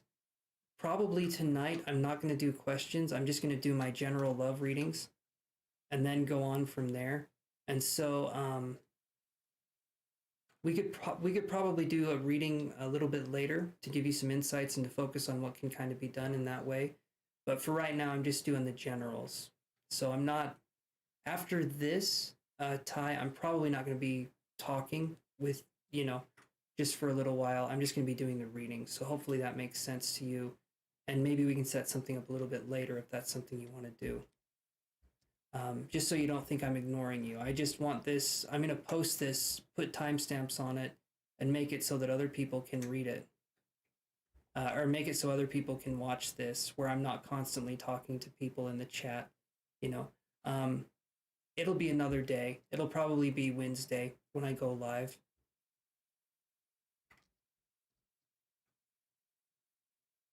Yeah, and you're good, Ty. Please don't feel like you have to apologize or do anything like that. I haven't done anything like this, and so, but hopefully that's all right with you. We can focus on another day. We can kind of touch base and see what's going on there. Again, Wednesday, Friday, we can sort of focus on that. So, hopefully that helps you, my friend. You're very welcome. You're very, very welcome. Okay, so Nine of Swords in reverse. This to me, right? This to me is also a card where we could be looking at getting very, very defensive over something. We could be feeling so vulnerable with our choices and our decisions that we've made, and we don't want to feel judgment. I know, especially for Leo individuals, if we feel judgment, if we feel that sense of vulnerability in a way that we feel like we're being judged, or we feel like someone is trying to feel superior to us, that can really make it hard for us to express ourselves in an authentic way. Because maybe there's a partner, or maybe there's a situation where it's not an expressive kind of situation. So we're feeling like we have to do things a certain way. We're feeling like we can't be ourselves in this relationship. So Leo, my advice here would be, if you're feeling defensive, if you're feeling constantly on edge with this person, either one, ask the person what's going on with them, and in turn, maybe you can find out a little bit of what's going on with you, or two, do some soul searching, right? And the reason why I said ask them what's going on with them, and then you can find out what's going on with you, sometimes Leo, and other signs too, it's not just Leo, but sometimes we can be picking up another person's emotions. We could be taking them on ourselves, not know what to do with those emotions. And then when we try to let them out, or we try to do something with them, the other person that has possibly given us these emotions to express because they can't express their own emotions might think we're nuts because we're expressing parts of themselves that they can't express. It sounds confusing, but sometimes that can happen where one partner takes on the act of emotional expression for both partners because the other partner is congested emotionally and they don't know how to express themselves. That's why it's really important for us to work on ourselves so another partner doesn't have to pick up that slack. My partner, for the longest time, did that with me when I was going through my emotional numb phase, which was a very long time. Very long time. I don't know why she stayed with me, but she helped me through that eventually. But it's important to realize that that was not her responsibility. That was never her job. She did that, and I appreciate the fact that she stuck it out and she was with me, but that should have never been her responsibility to do that, to try and open me up. And that shouldn't be anyone else's job either, to try to open someone else up, okay? That's the person's responsibility to handle for themselves. It shouldn't ever fall on anyone else. Okay, so let's look at how the other person feels about Leo in this situation. And we have the Ace of Wands. So there's passion here. I see the Ace of Wands. To me, it's a phallic symbol. So there could be sexual energy going on here. There could be chemistry, but maybe that's all that there is, and maybe this person could be using you for that. There could also be new beginnings in a hobby or an interest or something creative. Or no, I'm so sorry. Ace of Swords is what this is. Sometimes these cards are not very clear, and I'm so sorry. Ace of Swords. I was reading it as the Ace of Wands. Okay, so let's reiterate this. Ace of Swords is going to be a card of new ways of thinking, new ways of being. So maybe this person is giving us an opportunity to see things in a different way, and we can use that to better ourselves, or we can use that to think that the way we think is wrong. So there's two ways we can look at that. We could look at it as the person's judging us and saying that we're not good enough, and so here's another way of thinking. Or we could look at it like the person is saying, have you tried looking at it this way? And there's no judgment, but for some reason our shame is triggered. For some reason our way of being is triggered, and we feel like the person is attacking us. So it could be, Leo, that we could be overly defensive. It could be that we're overly triggered, or we're overly, I don't want to use the term sensitive because I feel like the term sensitive has gotten a bad rap, and I don't want to use that. So we could just feel like we're overly, triggered would be a sense. Like maybe our nerves, maybe our job, maybe our stress has gotten to a point where we're feeling attacked by things that aren't necessarily there. Okay. If something actually is going on, though, take care of it. Do what you need to do. But if something isn't going on, but we feel like it is, let's see if we're imagining this kind of scenario. Let's see if we're imagining the situation, or possibly making it worse than it actually is, right? That's something that I want to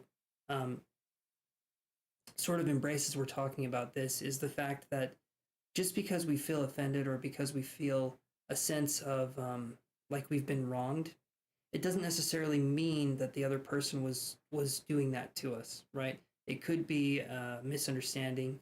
It could be that, I mean, I've had several times where I was talking with somebody and I misheard one word, and the whole other thing that they said was completely taken out of context. I got upset. And then the person later on said, no, I said this, and then they repeated themselves, and then they told me what they actually meant, and it was a genuine mistake. I felt foolish, but it's important for us to realize that sometimes that is what's happening. Other times people can be mean, they can be cruel, they can be vindictive, but sometimes we will take offense to things that were never meant to be offensive, right? So, Leo, in this situation, if you're feeling stressed, if you're feeling like you're at your wit's end, maybe it's time for you to take a solo vacation. Maybe it's time for you to see what's going on with you, where you can recharge, you can feel like you can be yourself and not have someone else to take care of, or have someone else to intrude on that. I think it would be a good time to take some space out of your day to take care of you, Leo. That's what I'm seeing here. It just feels like we're at our wit's end. It feels like we're in a situation where things aren't flowing naturally. It feels like they're being forced in a way. Hopefully that makes sense. All right, Leo, let's move on to Libra here.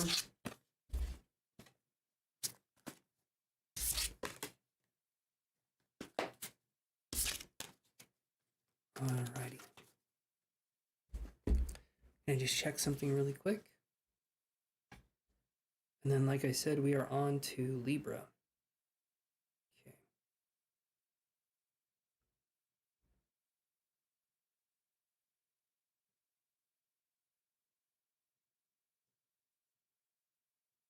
Okay.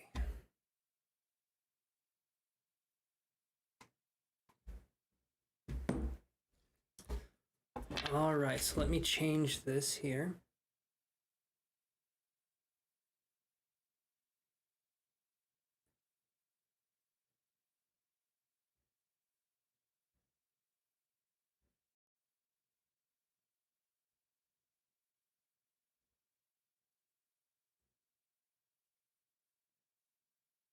You know what? I liked the look of it kind of matching up almost directly with this. So I might just do it more.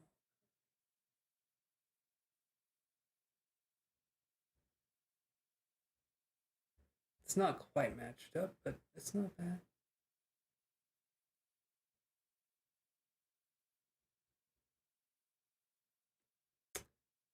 That will work, I think.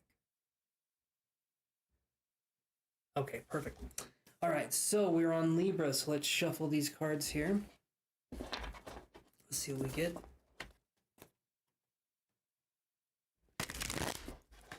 So Libra,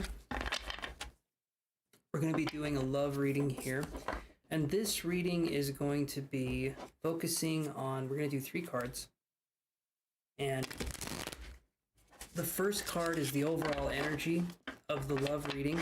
Like what's kind of going on? What's going on with the love reading? What's going on? And that's going to be focusing on the relationship as a whole. And then the next card is going to be how you feel about this relationship as an individual. And then the third card is going to be how the other person feels about the relationship as an individual. Okay, so what's the energy of you guys working together in a relationship versus what's the energy of you, the individual, and them, the individual. Okay, so let's do this here. Let's shuffle. And let's see what we can get for Libra.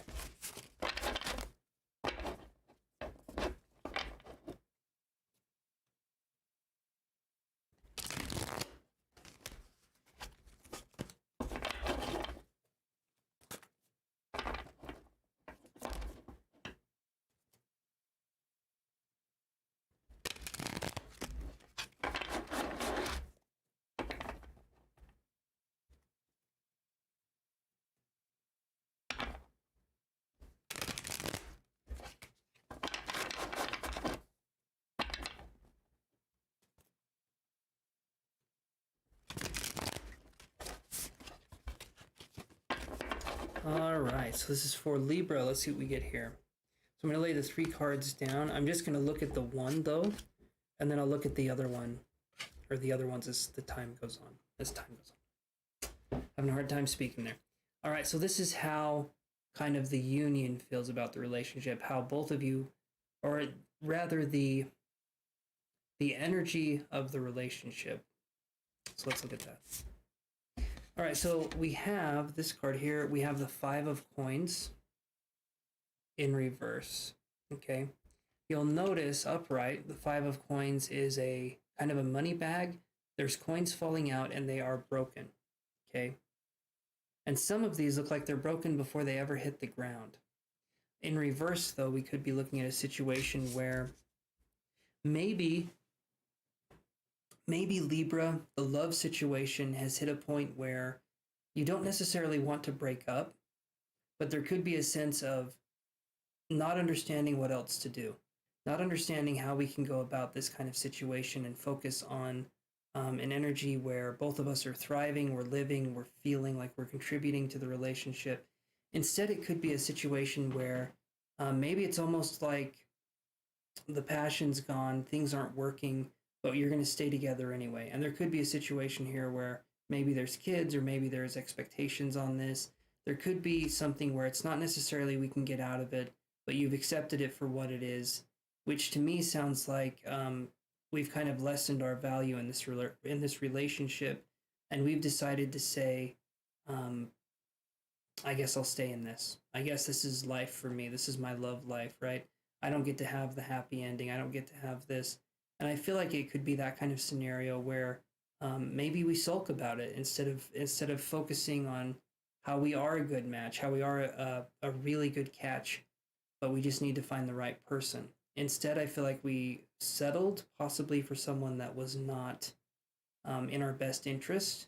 And we've said, okay, well, this is mine forever now. And I understand we get attached to a certain way of being, a certain outcome. But when things are not working and we're still attached to them, it makes it so that it's really hard to see things objectively and to move through those kinds of things, because we shouldn't, in this life, we really shouldn't cling to anything. That's easier said than done, though, right? But it's sort of like, I view it this way, from the moment, and maybe this sounds grim, From the moment we're born, if you imagine us as holding on to a cliff side, and then the cliff side gives way, and the only thing separating us from the ground is rocks, the rocks that are falling with us. A lot of times, people grab onto the rocks that are falling with them. Maybe they're trying to pick themselves up, maybe they're trying to do something, but it's a futile attempt because grabbing those rocks that are also falling with you, those rocks are falling too. So to me, it feels like that situation where we're trying to grab rocks that are falling through midair with us and hoping we become stable. But life should be something that we don't necessarily cling to, right? We experience it, we let things happen, because I'll let you guys in on a secret. Life is a disease and it's terminal. Okay, so that's kind of a situation that I'm talking about here. And sometimes we get caught up and we take things way too seriously. We feel like things have to be a certain way. We feel like this is just the way things are. I can't change it. Nothing's going to happen. But we have control, and we do have power over certain situations. And one of those things that we have power on is how we respond and react with people, and our relationships that we can build with people. And I say this because I know some people feel like things are just the way they are and we can't change them. When it comes to relationships, if we change our mentality and we look at why it is we choose the people we do, maybe we had an emotionally unavailable parent, maybe we had that kind of situation, and so the partner that we're looking for is also emotionally unavailable, and the way our parents showed love was possibly through money, right? And so if our partner that we're with spends money on us, we view that as love. We view that as them showing love and affection, when in turn it feels hollow. It feels like something's missing. That's the kind of situation I'm talking about here. If our parents showed us love in a way that was not unconditional, right, then it makes it hard for us to have relationships in real life. And when I'm talking about unconditional love, I'm talking about people that love you even when you haven't done anything productive, okay? A lot of times there's conditions on love. It's like, well, my mom and dad love me when I get good grades. So if I don't get good grades, I don't get love, right? Or my mom and dad love me when I, do my chores. But if I don't do my chores, they don't love me. And so that can create a sense of like, love has expectations. Love has something where I have to constantly prove myself and I have to constantly strive to be 100% all the time, or else I'm not doing good in a relationship, when in fact we've just been taught the wrong definition of what love actually is, okay? There's a book behind me. I don't know if you guys can see it, but it's by Elaine de Botton. It is The School of Life and Emotional Education, okay? It's a really, really good book on kind of understanding the human condition and sort of understanding that the way we were raised, it may not have been our fault, right? It may not have been our fault how we were raised, but as we get older, we can look at ourselves and we can fix parts of ourselves that we see as being lacking, right? Not in a way that is saying that we're not perfect, like we're not whole as it is now, but that we can become more integrated with ourselves as time goes on instead of less integrated. Hopefully that makes sense. Okay, so let's move on to, that's kind of the relationship part of it, right? The overall energy. Let's move on to how you feel about the relationship personally. Okay, so we get the Page of Coins. Again, this time it's upright. And when I see this card in this place, there's a lot of financial stuff going on here, or a lot of physical, like being in the physical world. So maybe this person that we're in a relationship with shows us love through, like I said, it's like physical means, it's financial means, it's that kind of feeling, right? Where maybe they say I love you, maybe they show it in some ways, possibly, but primarily they could show that they love you through money. They could show that that's kind of how they show that they care. And maybe that was working for you for a time. But now you might want something more. You might want a connection that doesn't just feel like it's a transaction. You would want something that feels like this person actually cares about me. Why doesn't this person ask me questions? Why doesn't this person want to dive into my soul, so to speak? Why doesn't this person want to be curious about who I am as a person, right? And so if that's the kind of situation that we're coming into here, we could be looking at kind of some truths that would not necessarily be easy, right? They're not negative. I don't want to say negative, but this would be kind of a harder pill to swallow, so to speak, because we have to sort of realize that there could be a whole way of being that we need to change how we view love. And in doing that, we can see the world so differently. Sometimes when we're in it, when we're in life, and we're really, really in this game of life, we tend to get caught up in how we think we should be or what we think we should be, Libra. And I feel like the best thing to do is to let things take their course. Let this energy here take its course and realize that sometimes the way we were shown love in a relationship before no longer meets our needs now. And if we can talk to our partner and say we want to try some different things, we want to do that, and they listen, and they're trying their best to put that in the relationship, they're hearing you, they're validating you, then by all means stay in that situation if that's what you feel like doing. But if you bring this up as an issue and the person dismisses it or says, no, that's not the case, or they're trying to tell you that the way you're talking about it, that's not what's happening, then to me that's time to step away, because this person is invalidating you, your opinions, and your experience in the possible relationship that's going on here. So that's how you feel in this relationship. Okay, let's look at how the other person feels in the relationship. So we get the King of Cups in reverse. So to me, when I see the King of Cups upright, is like an emotional master of whatever it is they're trying to do. They're very, very mature. They understand the emotional world. They understand the ebbs and the ebb and flow of emotional mastery. And the way that this person has done it is through understanding that there will be ups, there will be downs, but ultimately, if I can cultivate the power of the self, I can master any storm, right? The ship of the soul on the sea of emotion makes it so that we can understand what exactly is going on. Okay, so there's this right here, the King of Cups in reverse. Okay, hold on. When I see this in reverse, I'm feeling like the other person in this situation is feeling like they don't know what to do. They don't know how to handle this situation, or they feel like they can't give you an emotional response. They can't be that emotional person. And it's not because you're asking for too much. I don't want you to think, oh, it's my fault, I was asking too much of this person.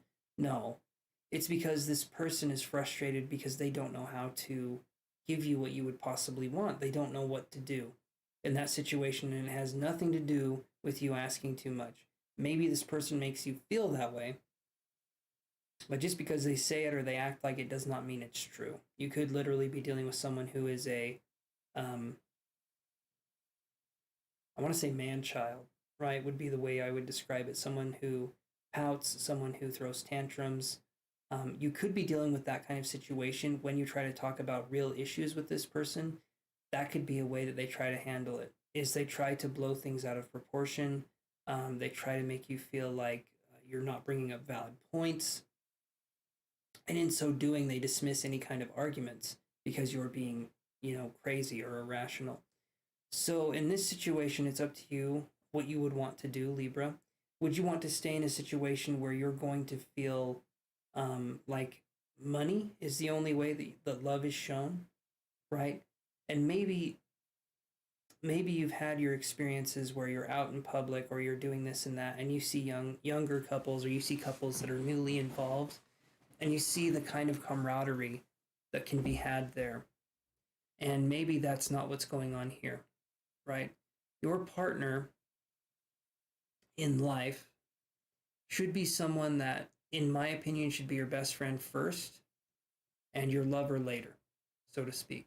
That should be something that is, I feel like, primarily very important, is that you establish a connection and a relationship, and then that blossoms and blooms into something else. And maybe this situation didn't allow that to happen. So we can take a step back. We can see this. The name George came up for some reason, or like a G name, George, Greg, something like that. But there was a G name, right? But that's what I'm seeing here. So if this makes sense, Libra, let me know. If any of this makes sense for any of the signs, you guys let me know down in the comments. So let's move on to Pisces.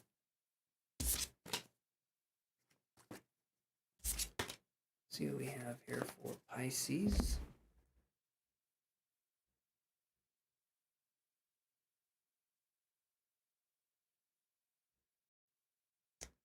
There we go. Now I'm going to do this. I got to get rid of the Libra part. There we go.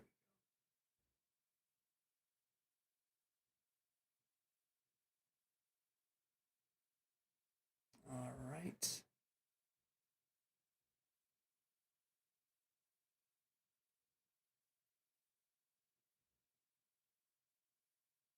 Essentially, that works. Okay. So I'm going to shuffle the cards and we'll see how this goes here.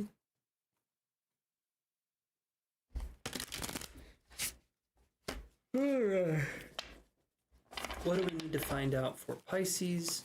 For Pisces general love reading. So Pisces, thank you for clicking on the video, for watching. If we're talking about love, which I think is what we're going to do for this reading, we're going to do a 3-card reading for you, okay? First card is the energy of the relationship, kind of what's going on with the relationship, the energy going in there. Second card is your feelings about the relationship. Third card is your partner's feelings about the relationship. Okay, so each one of these is going to be different, and it's going to show the different facets of the relationship, kind of what's going on, and what can be done about it, right? So let's look at this. All right, Tarot, so Pisces is wondering what's going on with love. So let's look at that for him. Let's look at this love situation.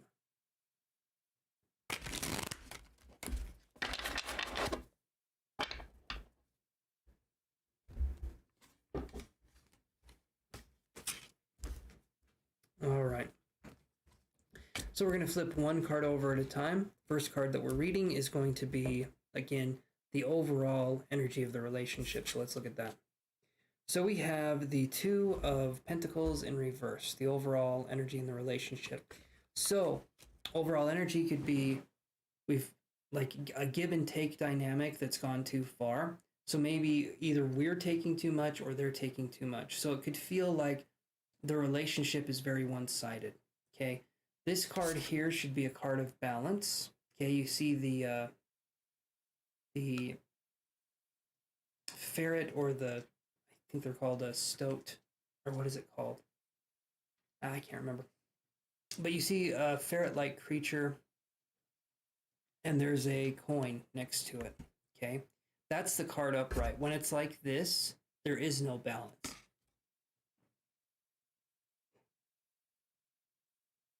So something has happened to change the relationship to change the dynamics of the relationship, where now it feels very, very one-sided. So something could have been, it could have been a betrayal. It could have been a situation where the other person, in a way, didn't understand what they were doing, but it's kind of like they did at the same time. Just because someone doesn't necessarily know what they're doing doesn't mean there's not consequences for their actions. Does that make sense? It's kind of like a situation where if someone does something and they don't necessarily know it's bad or it's this or it's that because you haven't set boundaries, I can sort of understand that. But this feels to me like someone has crossed the line one too many times. They've stepped over it.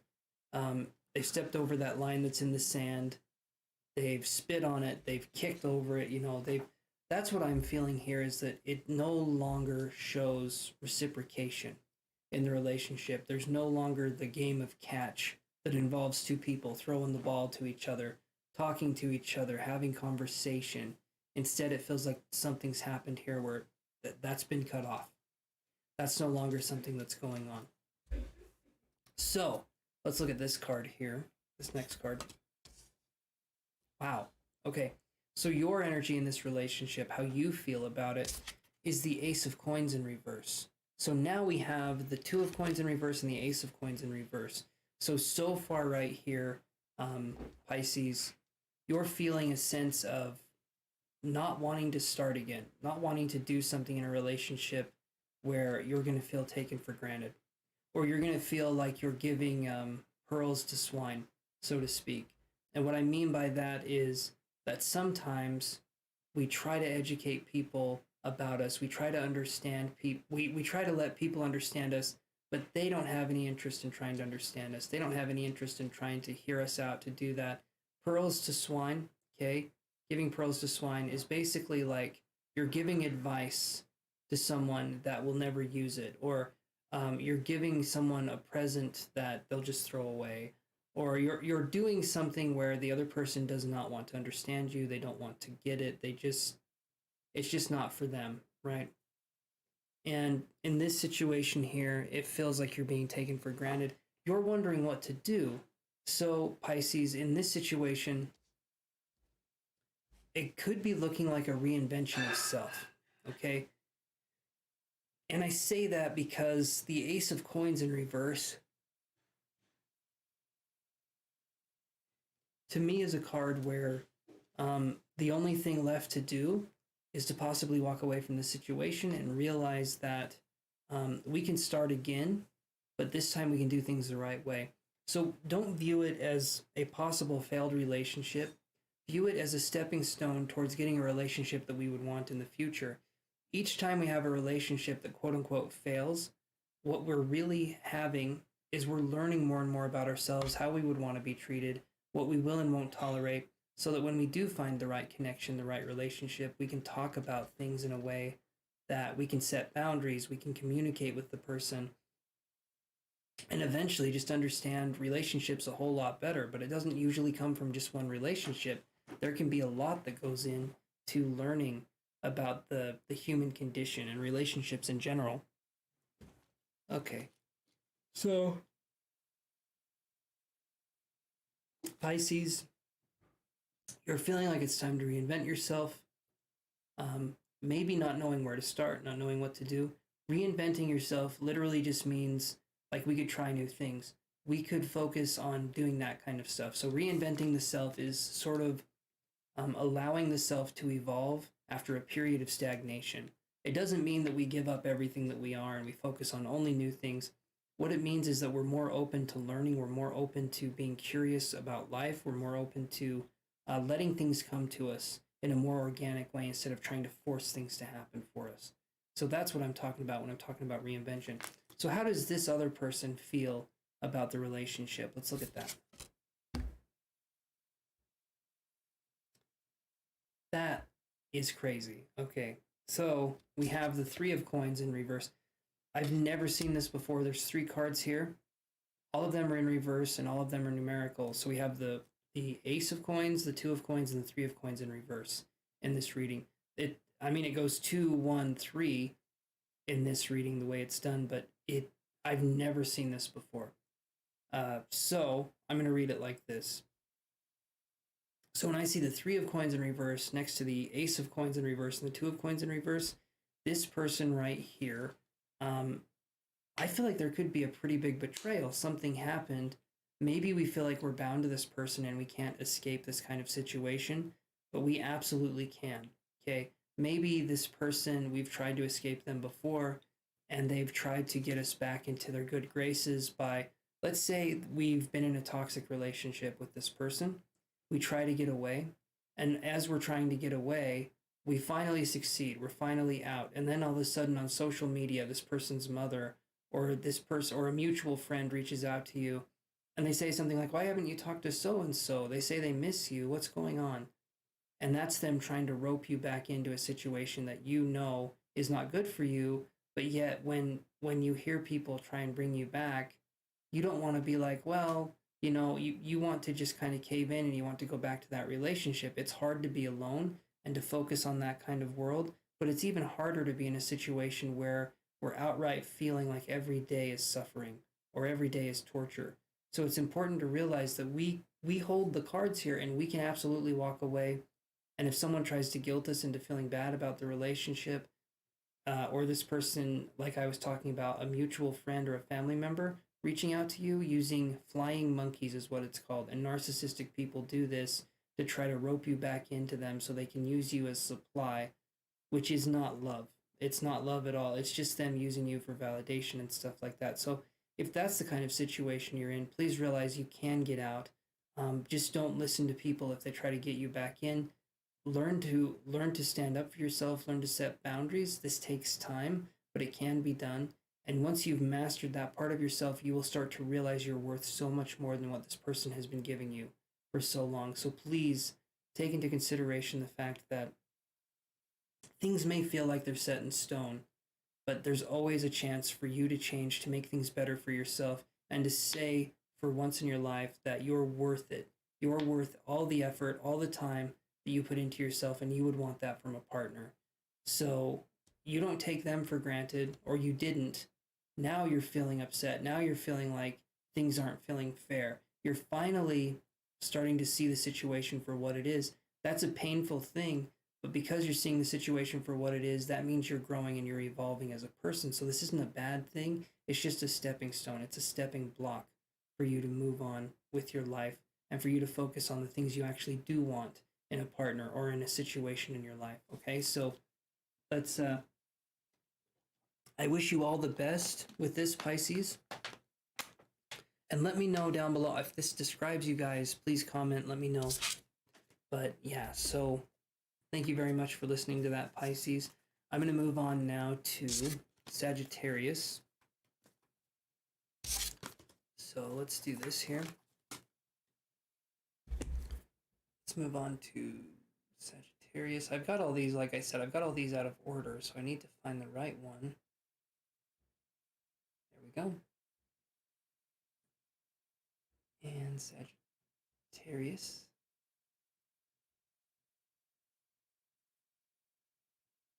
Like I said, guys, I had a lot of fun creating these little things. These little... I know some people have different hobbies, but for me, I enjoy creating these things for the channel, these little... And then this one down here. I don't know, I just have fun doing that. Okay, Sagittarius. Thank you for clicking on the video. So, we're going to do a love reading for you. It's going to be focusing on 3 cards, 3 different aspects of relationships. So, the first one is going to be what you guys are like together. Okay. The second one is going to be, give me 1 second here. Okay. The second one is going to be what you feel in the relationship, what's kind of your feeling in the relationship, your honest feelings. And the third one is going to be what's their honest feelings in the relationship. So let's do this here. Give me 1 second. I have to send a message really quick, so give me 1 second, guys.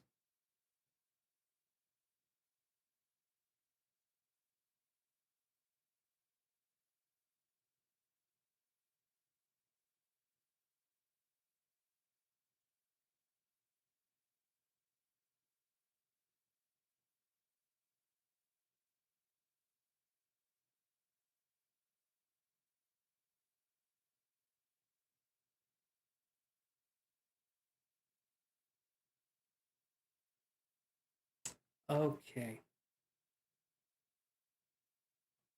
All right.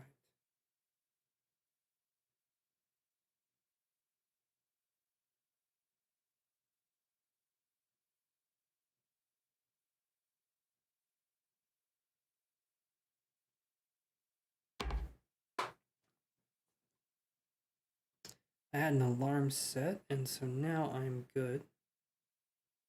Okay. Let's move on to Sagittarius right here. I'm really sorry about that, Sagittarius. I'll set the timestamp so you don't have to go through all that. But like I said, first card in this love reading is going to be the relationship of, like, the energy of the relationship, what's going on when you guys are in a union, meaning 2 individuals coming together. What does that look like? The other other two cards are going to be your honest feelings and interpretations in the relationship, and their honest feelings and interpretations in the relationship. So let's focus on that. Let me shuffle these cards here.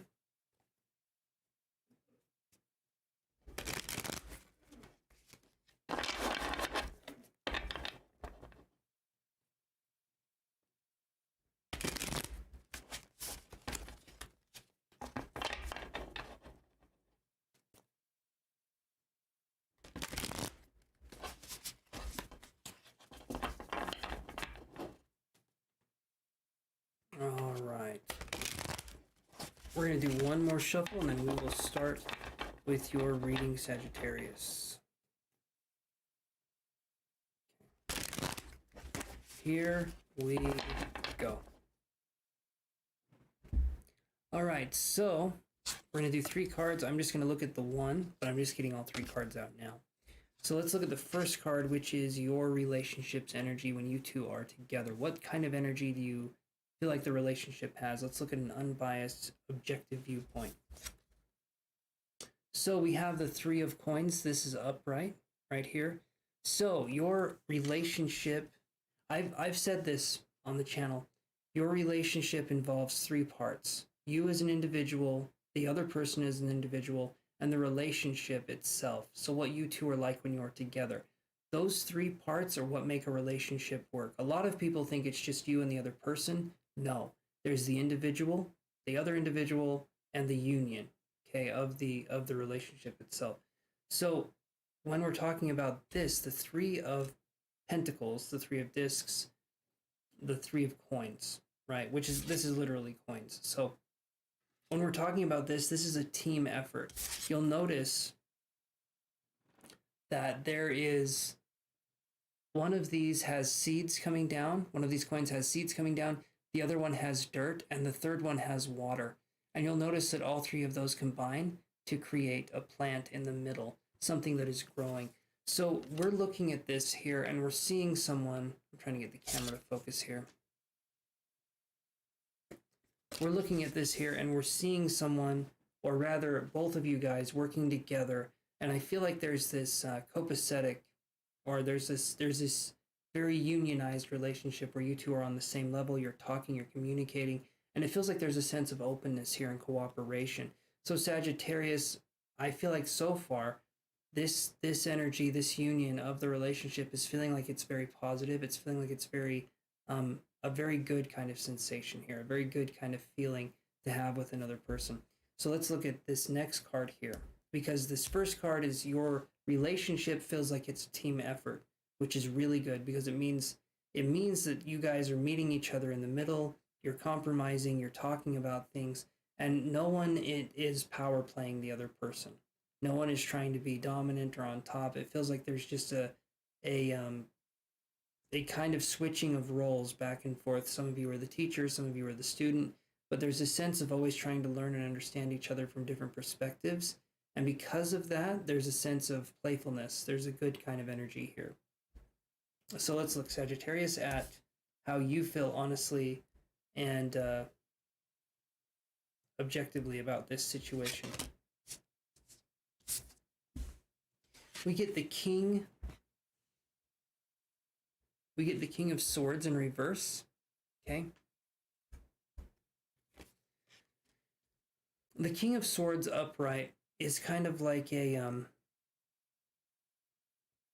it's a fair, wise ruler, right? It's this kind of feeling of someone who can be very stoic, someone who can be very calm, someone who has mastered the art of letting thoughts come and go, letting things pass, letting the mental imagery, the mental world kind of come in and out of existence for them.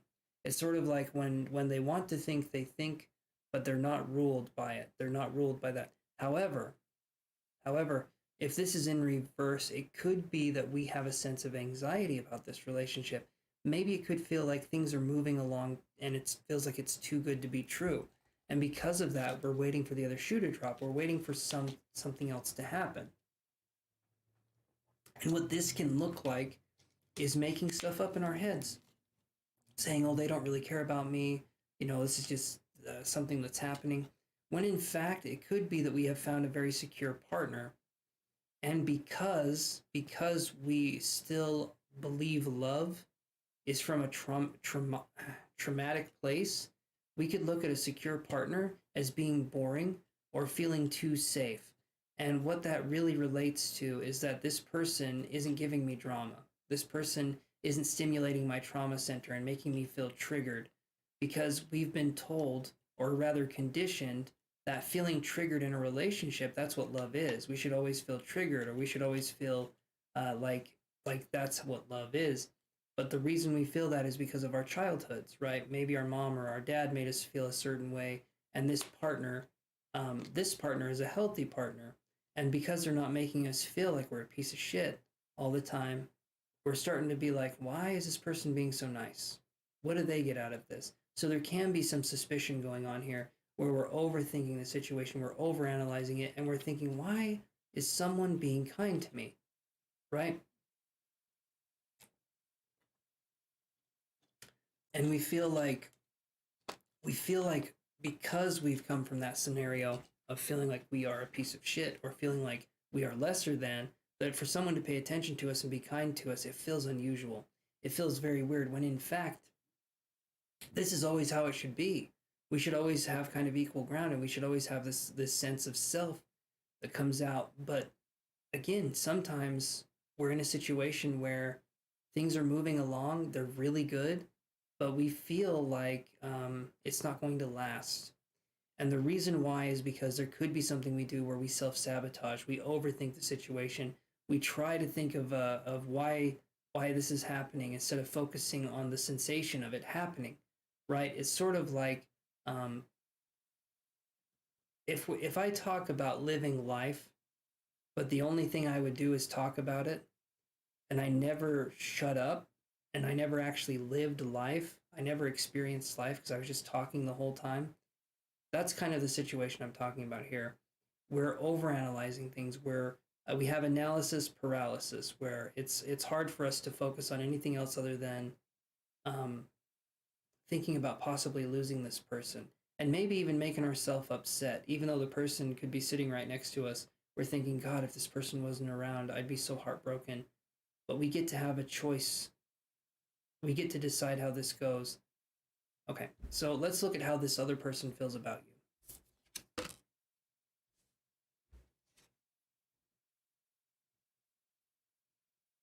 So this one's interesting. We have the 10 of Wands in reverse. So this to me is feeling like the partner that you're with feels like there's a lot of tension here. And they've tried to tell you that they love you. They've tried to tell you that they appreciate you and what you're doing, right? But what I'm seeing here is that they cannot keep doing this forever. And it's not fair for them to keep trying to pick you up in this situation. It doesn't mean you're a piece of shit. We've talked about this. But it means that there needs to be self-esteem. Something needs to be built up. And if we're talking to our partner earnestly and honestly about these kinds of situations, we could possibly look at getting help. We could possibly look at trying to view things from a new way. Because if things are working and they're moving well in our life, we need to understand that they can keep working and moving well. Maybe not all the time, but dysfunction is not functional. Yet we've been telling ourselves for years and years and years that the dysfunction was functional, that it served a purpose, and it didn't. Okay? The only thing that dysfunction was meant to do was to be a contrast to what function in a relationship actually looks like. And so it served its purpose. You know what dysfunctional relationships look like. But now you get to see what a functional relationship could possibly look like. And that can be frightening. That can be frightening because it's like learning a new language. It's learning a new love language. It's learning that there can be someone that's there for us, and they're not expecting us to constantly, kiss their ass. They're not expecting us to constantly do any of this stuff. They're calm, they're collected, and they let things happen and go as they please. And that can be unnerving because we're addicted to the sensation of feeling like we have to earn people's love. We have to earn their trust. And that gets exhausting pretty quickly, but it becomes our way of living. And so if that's changed, where do we go from here? I'll let you guys figure that one out. But yeah, let me know in the comments if this is making sense to you. And please, guys, remember to like the video if it helped, or if it described your situation. And you can also book a private reading with me as well if you guys want to. I would love to work with you guys, no matter what we're talking about. Me and my guides can help you guys feel heard and like you're in a safe space and you're feeling a sense of like someone's understanding you, someone's trying to do that. Me and my guides can offer that sense of presence. So please feel free to reach out if you want a private reading. All right. So let's move on here to Scorpio.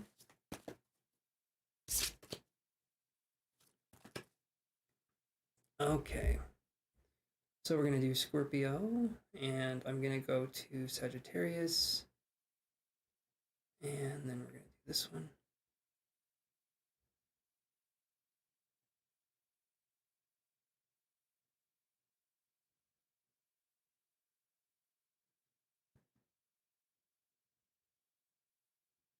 There we go. That works for me. Okay, so Scorpio, here's what we're going to do for your love reading. We're going to draw 3 cards, okay? Each one of these cards is going to represent something different, but something very fundamental to relationships, okay? The first card, we're going to be looking at the energy of the relationship. This is something when you guys are together in the relationship, this is the energy that you put out there. This is going to be an unbiased view, an objective viewpoint of this kind of energy. Okay, the second one here is going to be how you genuinely feel in this situation. What's going on here? How do you feel about the situation? And this can uncover some psychological stuff as well, so we can talk about that a little bit. And then the third one is going to be how they genuinely feel, what they're genuinely thinking in this relationship that you guys have together. So let's do this here. I'm going to shuffle these cards. Let's do 3 times. And then I'm going to focus on your reading. So tarot, what do we need to know for Scorpio in this reading? What is something that can really help them in this reading? And let's focus on the first question. So let's do one more shuffle here.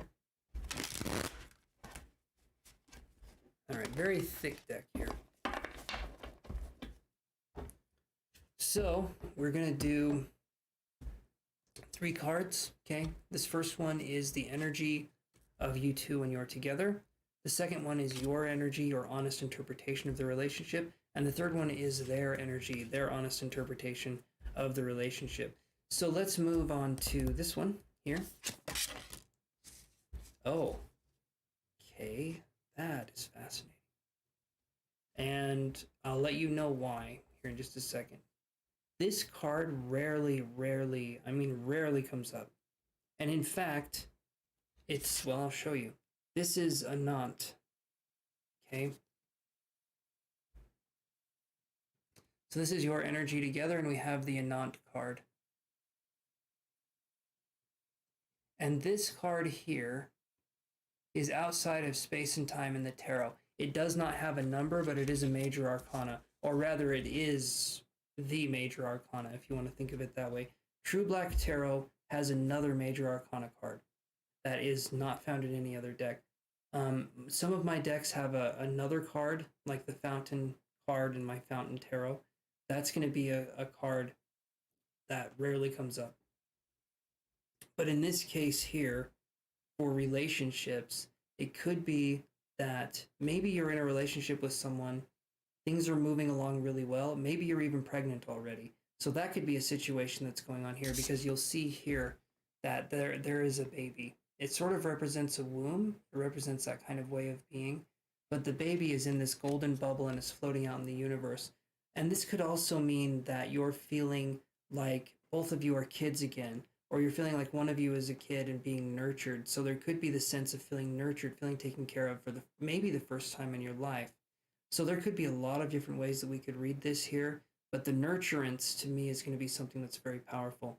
Anant is also the card where we're talking about just being, just allowing ourselves to be in the situation, instead of putting on airs or trying to make us seem a different way, trying to focus on that kind of energy. We're looking at things in a way that we don't feel like we have to be protected. We don't feel like we have to put on a persona.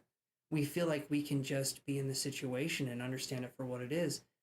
And to me, that's huge. So both of you guys together are feeling a sense of maybe feeling heard and validated for the first time in your lives. You're feeling like you want to understand each other. You're feeling like you want to be in a union together. Okay, so this is a really, really powerful card. And like I said, it could also mean pregnancy. It could mean a lot of different things. But the way I would read this is allowing yourself to be in a state to be like an infant, allowing yourself to be taken care of. A lot of us can take care of other people, but when it comes to us being taken care of, we don't like it. We feel like, no, I can handle it. Don't worry about it. And I feel like it's time to drop that. It's time to say, you know what? I want to be taken care of. I want to feel like someone can take care of me. I want to feel like I can break down and I can still stand up next to my partner, right? That's a huge thing. That's a huge, huge deal. So let's move on to how you genuinely feel about this relationship. And we get this card here.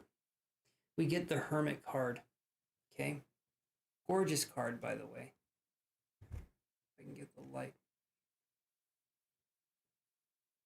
But the Hermit card is a very, very interesting card. So the Hermit card could represent, maybe we have Virgo in our chart. That could be something. The Hermit card represents solitude. Obviously, it's called the Hermit card. It represents solitude, but it's allowing us to come back. It's allowing us to come back after we have gone off to get our knowledge. So the Hermit doesn't stay as the Hermit, right? The Hermit goes out, it gathers the knowledge, and it comes back, and it's able to talk about what's going on.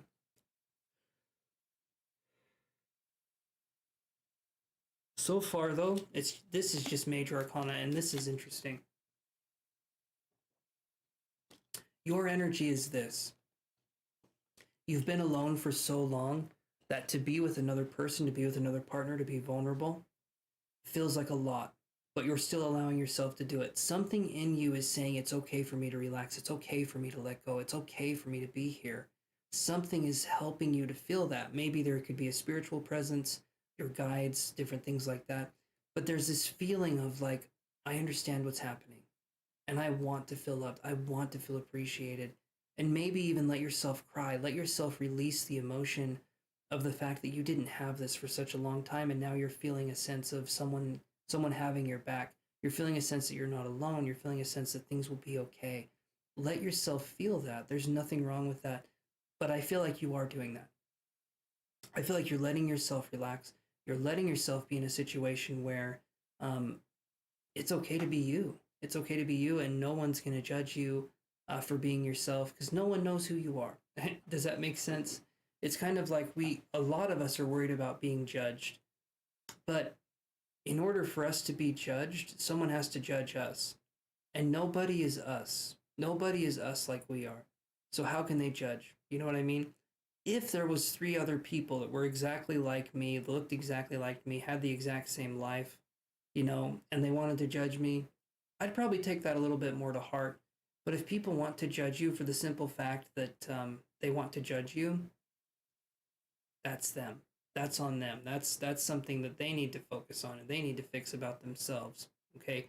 Because in order to give judgment, you have to be a judge, and to be a judge means that person has lived your life. That person has been in your shoes, if not 100%, at least 90% of the time, and nobody has that ability to judge us. At least no human that I'm aware of has the ability to judge any other human for anything, because each of us is different. And each of us has probably done unspeakable things, but we've also done incredible things as well. And we've helped people and we've focused on that. Okay. We're capable of so much, and yet sometimes we're given so little. So let's move on here. How does the other person feel about you in this relationship? And we get the Justice card. We get the Justice card in reverse, and I'll explain this here. So this is a Libra card for the other person, so there could be Libra influence here as well. The Balance card.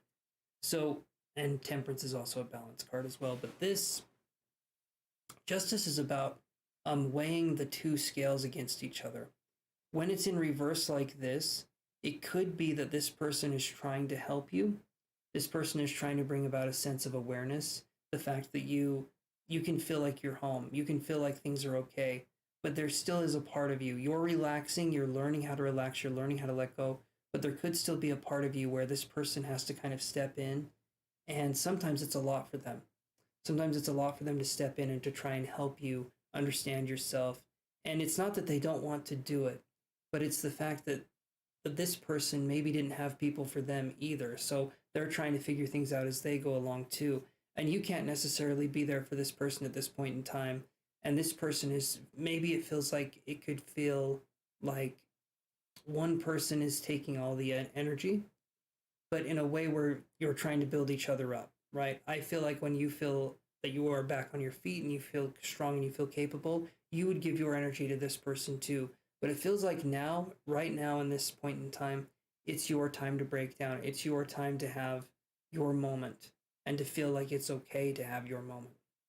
So this person is doing the very best they can. If they fall short, if they seem upset or they seem angry, talk to them about it. See what's going on with them. The only thing this person wants is acknowledgement. They don't need to hear that they're great at taking care of you. They need to know that you have their back as well. Okay? And you absolutely do, so there's nothing to worry about here. All right. Okay, so let's move on to Taurus.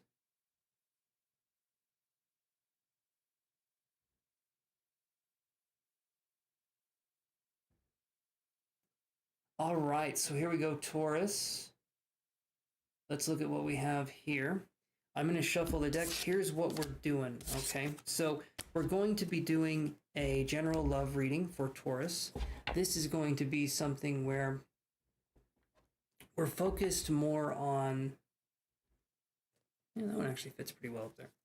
This is going to be where we're focused on... The first card is going to be the overall energy of the relationship, which is unionized individuals, you and the other person coming together. That's the relationship energy. And then we're going to look at your honest interpretation of the relationship, and then we're going to look at their honest interpretation of the relationship. So with those three kind of factors in mind, we can get a better overall feel for how things are going. So let's look at this. I'm going to shuffle these cards. Let's do 4 times. And then I'm going to lay down 3 cards. I'm going to show you the first one. After I show you the first one, I'm not going to be looking at the other cards yet. I'll be flipping them over as we're going along. But the first card is going to be the overall energy of the relationship. What does it feel like when you're in this relationship? Let's look at that for Taurus.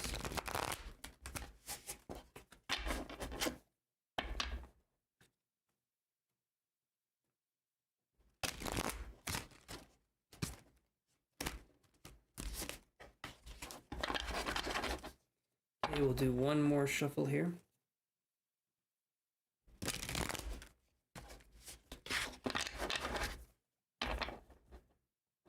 Okay, so let's do this. We're going to do 3 cards, 1 card. I'm going to lay all 3 cards out now, but I'm only going to look at the first one. So this is the unionized version. What do you feel is that concept? So let's look here. Unionized. Okay. So unionized, the relationship unionized, we have 4 of coins in reverse. Okay. You'll notice there's a spider web and there's a spider, or there's a butterfly up there that's been caught in the spider's web. And to me, when I see this, it could be, Taurus, that we're looking at a situation where, and I feel like it's important to say this, if we feel like we're in a situation where it feels dark, it feels kind of heavy, we don't know where to go in the relationship, we feel like we've hit kind of a wall or a plateau, it's important to realize why we feel that way. A lot of times we'll just feel that way and we don't necessarily dive deeper in, because maybe the answer that we could discover would be a painful one, or maybe it would be something that we don't necessarily want to believe or hear at that point in time. So it's important to realize that just because something hurts doesn't mean it's not true. And just because something is, just because something isn't working the way we want it to doesn't mean that we've done anything wrong. It literally could be that we're meant to learn a lesson from this situation, and no matter how we would have approached it, we would have been learning the same lesson. Okay, that's something I believe absolutely happens, is that we plan for so much and we take precautions and we do all this, and yet life will still throw you a curveball and say, yeah, you thought I was coming from the right. No, I'm coming from the left. And if you're expecting me on the left, I'm going to be coming from the right. You know, that's kind of the situation where we plan for everything, and yet something can still happen. Something can still happen and take us off guard. So the overall energy of this relationship to me is hoping for something better, hoping for there to be something, but the fact that we're hoping to me says that we've kind of resigned ourselves to be in a way where it's sort of like, okay, I'll just go along with it. It feels to me like we're hoping for a better result, we're hoping for this, we're hoping for that, but we're not necessarily communicating this to the partner. And so how would they know what we would want? How would they know that we're hoping for this kind of stuff? And the answer is they wouldn't. They would have no idea because we're not communicating. Or maybe we feel like we can't. Maybe it doesn't feel like a safe space for the partner, for us to talk to our partner. And so how can we convey how we're feeling if we don't feel safe talking to them about how we're feeling, right? All right, so let's look at your honest interpretation of this. I see the sun in reverse, okay? Beautiful card, by the way.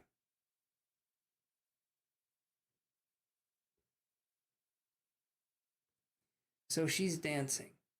However, this is in reverse. I always believe cards in reverse want to put themselves upright. So how... Sorry about that. How you're honestly feeling in this situation could be that you're feeling a sense of like you want to release yourself from the situation. You want to focus on other things. You want to have a sense of carefreeness. You want to have a sense of happiness, a sense of truly being in the moment with this person. And yet they're not necessarily giving you that, are they? So it can be a sense of feeling like you're trying to do so much and this person isn't reaching back. This person isn't doing anything to kind of help you with this. But again, it could also be that you haven't expressed this to this person. And maybe days, weeks, months, even years have gone by, and you've never really expressed yourself and how you feel to this person. And there can be resentment that builds up because we feel like we can't talk about things in a legitimate way. We feel like we can't talk about things in a way that makes sense to us. And because of that, there can be resentment. There can be a feeling of like, it's a cloudy day. And because of that, I feel sad, I feel depressed. But it's because we haven't talked about it. It's because we haven't felt comfortable enough like we could talk about it. And this could absolutely be a situation where we were guarded. As children, we tried to protect ourselves from something, and we're still doing that now. I'm not saying you don't have a reason to feel this way, but I'm saying sometimes in these relationships, we tend to get stuck. And it's important for us to realize that we have the power to move on or we have the power to stay. So that's something that we can look at too. All right, so how does this person feel about you?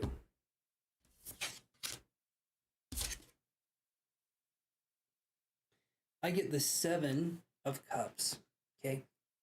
The 7 of Cups is a choice card. So it could be that maybe this person has other options, maybe this person has other things, but it could be that there's a choice situation going on here. And how I'm kind of feeling about this situation is the other person isn't seeing you for who you are. Instead, they're seeing you as someone who's much more meek and mild, someone who would never put up a fuss or a fight. And I feel like that's not necessarily you. I feel like the real you has this kind of, eye of the tiger kind of mentality. I feel like the real you is very, very strong, but other people will see strength as a weakness. For instance, you could be emotionally strong. You could be someone who has integrity, but people that aren't that way and that will never understand it can attack that and see that as a weakness because they don't view it as a valuable thing. Instead, they think that, like I've said before, they think that you're being too sensitive or they think that you're being too emotional, whatever that means.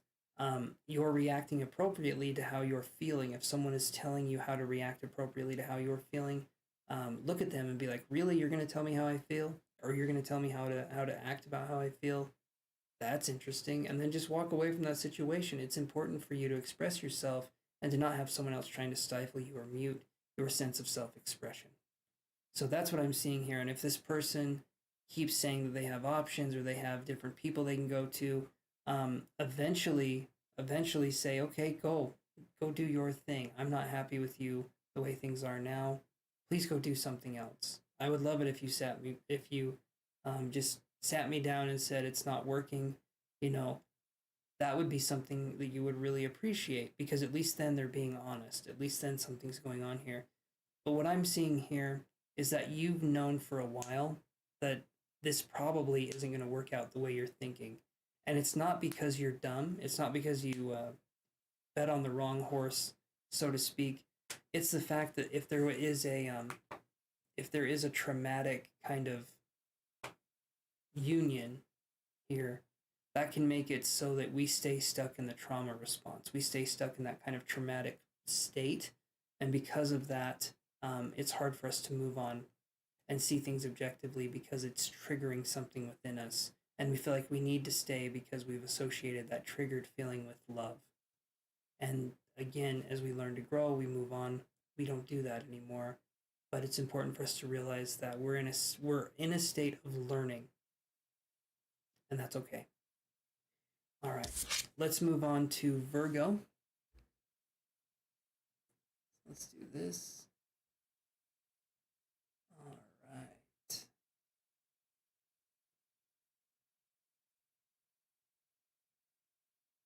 I'm just going to get this going here.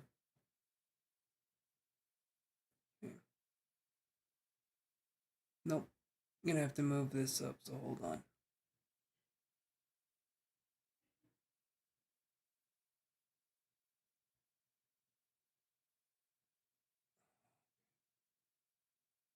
Almost done, guys.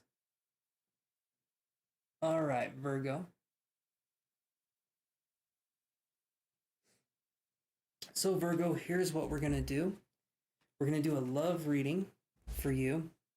And in this love reading, we're going to be focusing on 3 different facets. The first card we're going to be looking at is the overall energy of the relationship, or the individuals unionized, which I'll explain that in a second. The second one is an honest interpretation, an objective view of how you feel about this, of how you feel about the relationship, followed by an honest view of how your partner feels in the relationship. So with those 3 things, it's definitely kind of an all-encompassing relationship reading. But let's look and see what we can find out. I'm going to shuffle the cards here. Again, first card is going to be the overall energy in the relationship. So let's look at that.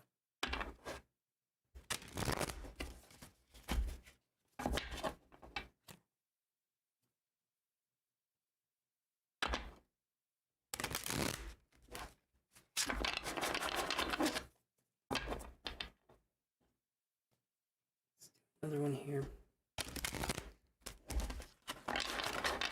All right, Virgo. We're going to do one more shuffle.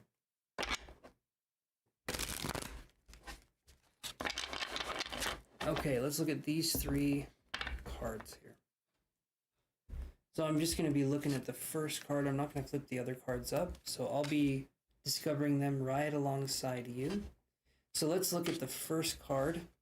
This is the overall energy of the relationship, the overall kind of, I guess, aura of the relationship. What does that look like? This one's been coming up a lot, and I do shuffle these cards. Sometimes there's a lesson that keeps coming up. We have the 3 of coins in reverse. So not feeling taken care of, not feeling like there's a union, not feeling like there's a sense of someone having your back, feeling like we have to do things ourselves, feeling like we're alone in the world. That's kind of the energy that we get here. If you look at this card upright, okay, it's a beautiful card. This coin here is planting seeds. This coin here has earth, and this coin has water. And it's showing the product of all 3 of those things. We see a little shrub or a little plant sticking out of the ground. But when this is in reverse, again, we're talking about the opposite. We're talking about lack of communication, lack of appreciation. There's no camaraderie. There's not a sense of someone just being there for us. And so the overall energy of this relationship is going to be one where it doesn't feel like it's flowing. It doesn't feel like there's a sense of flow. It doesn't feel like there's a sense of necessarily wanting to understand the other person or their points of view. Instead, it feels like we're being put into a situation where um, it's hard for us to grow anymore because there isn't any soil, there's no water, there's no seeds, and because of that, it's hard for us to keep maintaining. It's hard for us to keep going because something isn't fulfilling us, something isn't nurturing our souls, and it could be that this relationship is meant to show us in contrast the things that we don't want versus the things that we do. uh, Quote unquote bad relationships can be used as contrast points where, again, we get to learn what we don't want. We really know what we don't want when we've been through a few bad relationships versus being new to this, right? And we get to understand different things. We get to know how we interact and how we it can incorporate that. Again, bad, quote unquote bad relationships are contrast points, right? Just like black and white, day and night, left and right. Those are contrast points too. We only know one because we know the other. So likewise, the universe is giving us experiences where we can learn what we like and what we don't like, and then we get to keep sending things out to the universe. We get to keep saying, I like the way that person did this, hate the way they did this, right? And so we get to learn through comparison as well. So let's look at how you feel earnestly and honestly about the relationship. That's fascinating. Okay, we have the Three of Cups in reverse. So we had the Three of Coins in reverse first, and now we have the Three of Cups in reverse. So how do you feel about this situation? Both of these cards upright are celebration.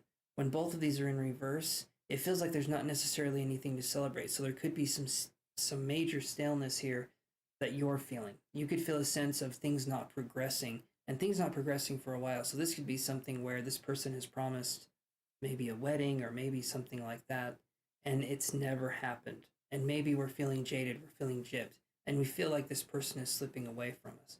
That could be a situation that we're talking about here. Someone who really doesn't understand the concept of other people being alive or being empathic. This person doesn't get that. This person could be someone who's very insensitive and someone who does not see you as an equal. And because of that, you're looking at the situation and thinking, I hate this, but what can I do? What is something I can do to escape this kind of situation? And the best thing we can do is sort of face it and confront it. And then whatever we need to do after that, we can focus on. But as soon as we tell ourselves what's going on, as soon as we're letting ourselves in on this inner world, this inner dialogue, we can do more about it. We can start to see that there actually is something going on here. And even though it's scary, it's not fun to go through, it doesn't mean it's the end of the world, right? It means there's new ways we can look at things. Okay. So, how does this person feel about your relationship? How does this other person feel about your relationship? And it is the... See, after the Three of Cups in reverse, this is the Four of Cups in reverse. There's been a lot of that today. So, or no, I'm sorry, the Six of Cups in reverse. I saw the IV and I was thinking 4, but it's VI, which is 6 in Roman numerals. Okay, so this card here, for their interpretation of the relationship, their honest feelings. This card to me is this person can feel like they're being suffocated, can feel like they're not being given the chances that they need to strive and succeed. But a lot of it can literally be someone like, okay, imagine you're talking to someone and that you complain about something they've done. And completely out of left field, they're like, I do so much for you. You know, I take care of you. I do all this. And this is how you repay me. You know, if they try to do that kind of stuff, that's manipulation. That's something that I feel like this person could do. It's like you bring up an issue, and this person either makes you feel crazy for bringing it up, tells you that it doesn't exist, or tells you how you should feel about the situation. You know, don't be mad at me. please, like basically someone trying to stifle your sense of creativity and your own voice. So when we're talking about that, the best thing for us to do is to realize it, focus on what can be done in that situation. When we realize it, when we understand the situation for what it is and not something that we would want it to be, then we can change it. But only after we've realized that there actually is a situation going on. Without us realizing it, we're not going to have anything happen that is going to be really conscious. Like, why did we let this person in our love life in the first place? Why did we feel like this person had our back? Why did we feel that way? And it possibly stems from trauma that we had when we were younger. And because of that trauma, or the way we respond to love, or the way we feel like love has to be, is skewed. But we can fix that as we go on. We can have that be something we fix and something we focus on fixing. And like I've been saying, I said it in another one of these signs. That book back there, this yellow one, that is The School of Life and Emotional Education by Alain de Botton. He also does a bunch of YouTube videos on here. But if you look at how he writes and what he's written, he makes a lot of really good points on love, on the philosophy of so many different things, and it makes a lot of sense. He talks so much about romanticism and how it ruins relationships, and it absolutely does. If you guys are interested, check it out. I feel like we can all learn something from a book like that. So give yourself time and give yourself a sense of expression. If you're feeling upset, if you're feeling like this is something that needs to be done, then do it. Don't ask permission to be yourself, because odds are, if you're in a situation that's toxic, the person isn't going to give you the permission. Instead, take permission. Take the initiative. Be yourself. Allow yourself to develop your own personality, your own way of being. And if this person has a problem with that, screw them. Get rid of them. Throw them to the side, because I have a feeling they would do the same to you if the roles were reversed. So please feel free with these narcissistic or toxic individuals that you can step out, because you can. Okay, so Virgo, thank you very, very much for letting me do that reading. You guys, please like and subscribe if this video was helpful, if you feel like it touched on something, and comment down below if you feel like this was helpful. Also, I do private readings with you guys. I make sure me and my spirit guides set up a very safe space for you to feel calm, for you to feel heard, for you to feel validated. And I want you to know that if you work with me and my spirit guides, that's the whole thing that we do. Okay? We can do a half-hour session, we can do an hour session, but the whole time we're going to be talking about things that we can do, things that we can focus on, and what we can make better. Okay? And how we can make it better, and what we can do to focus on that. So please, if you guys really want a reading from me, please feel free to reach out, and know that the same way I'm on here now, that's how I am when we're doing these sessions together. So please come forward and let me know if that is something you guys want to do. All right, thank you guys so much again. I will see you guys on Wednesday. Everybody take care.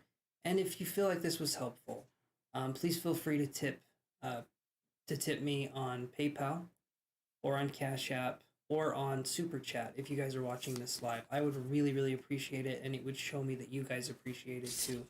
So with that being said, everybody, take care, have an awesome night, and I will talk to you guys on Wednesday. So everybody take care. See you guys Wednesday, 8 p.m. Mountain Standard Time. Be there or be square. I don't know what that means, but I've heard people say it. You guys can just be there. You don't have to be a certain shape. I think that's kind of weird. Anyway, take care, guys, and I appreciate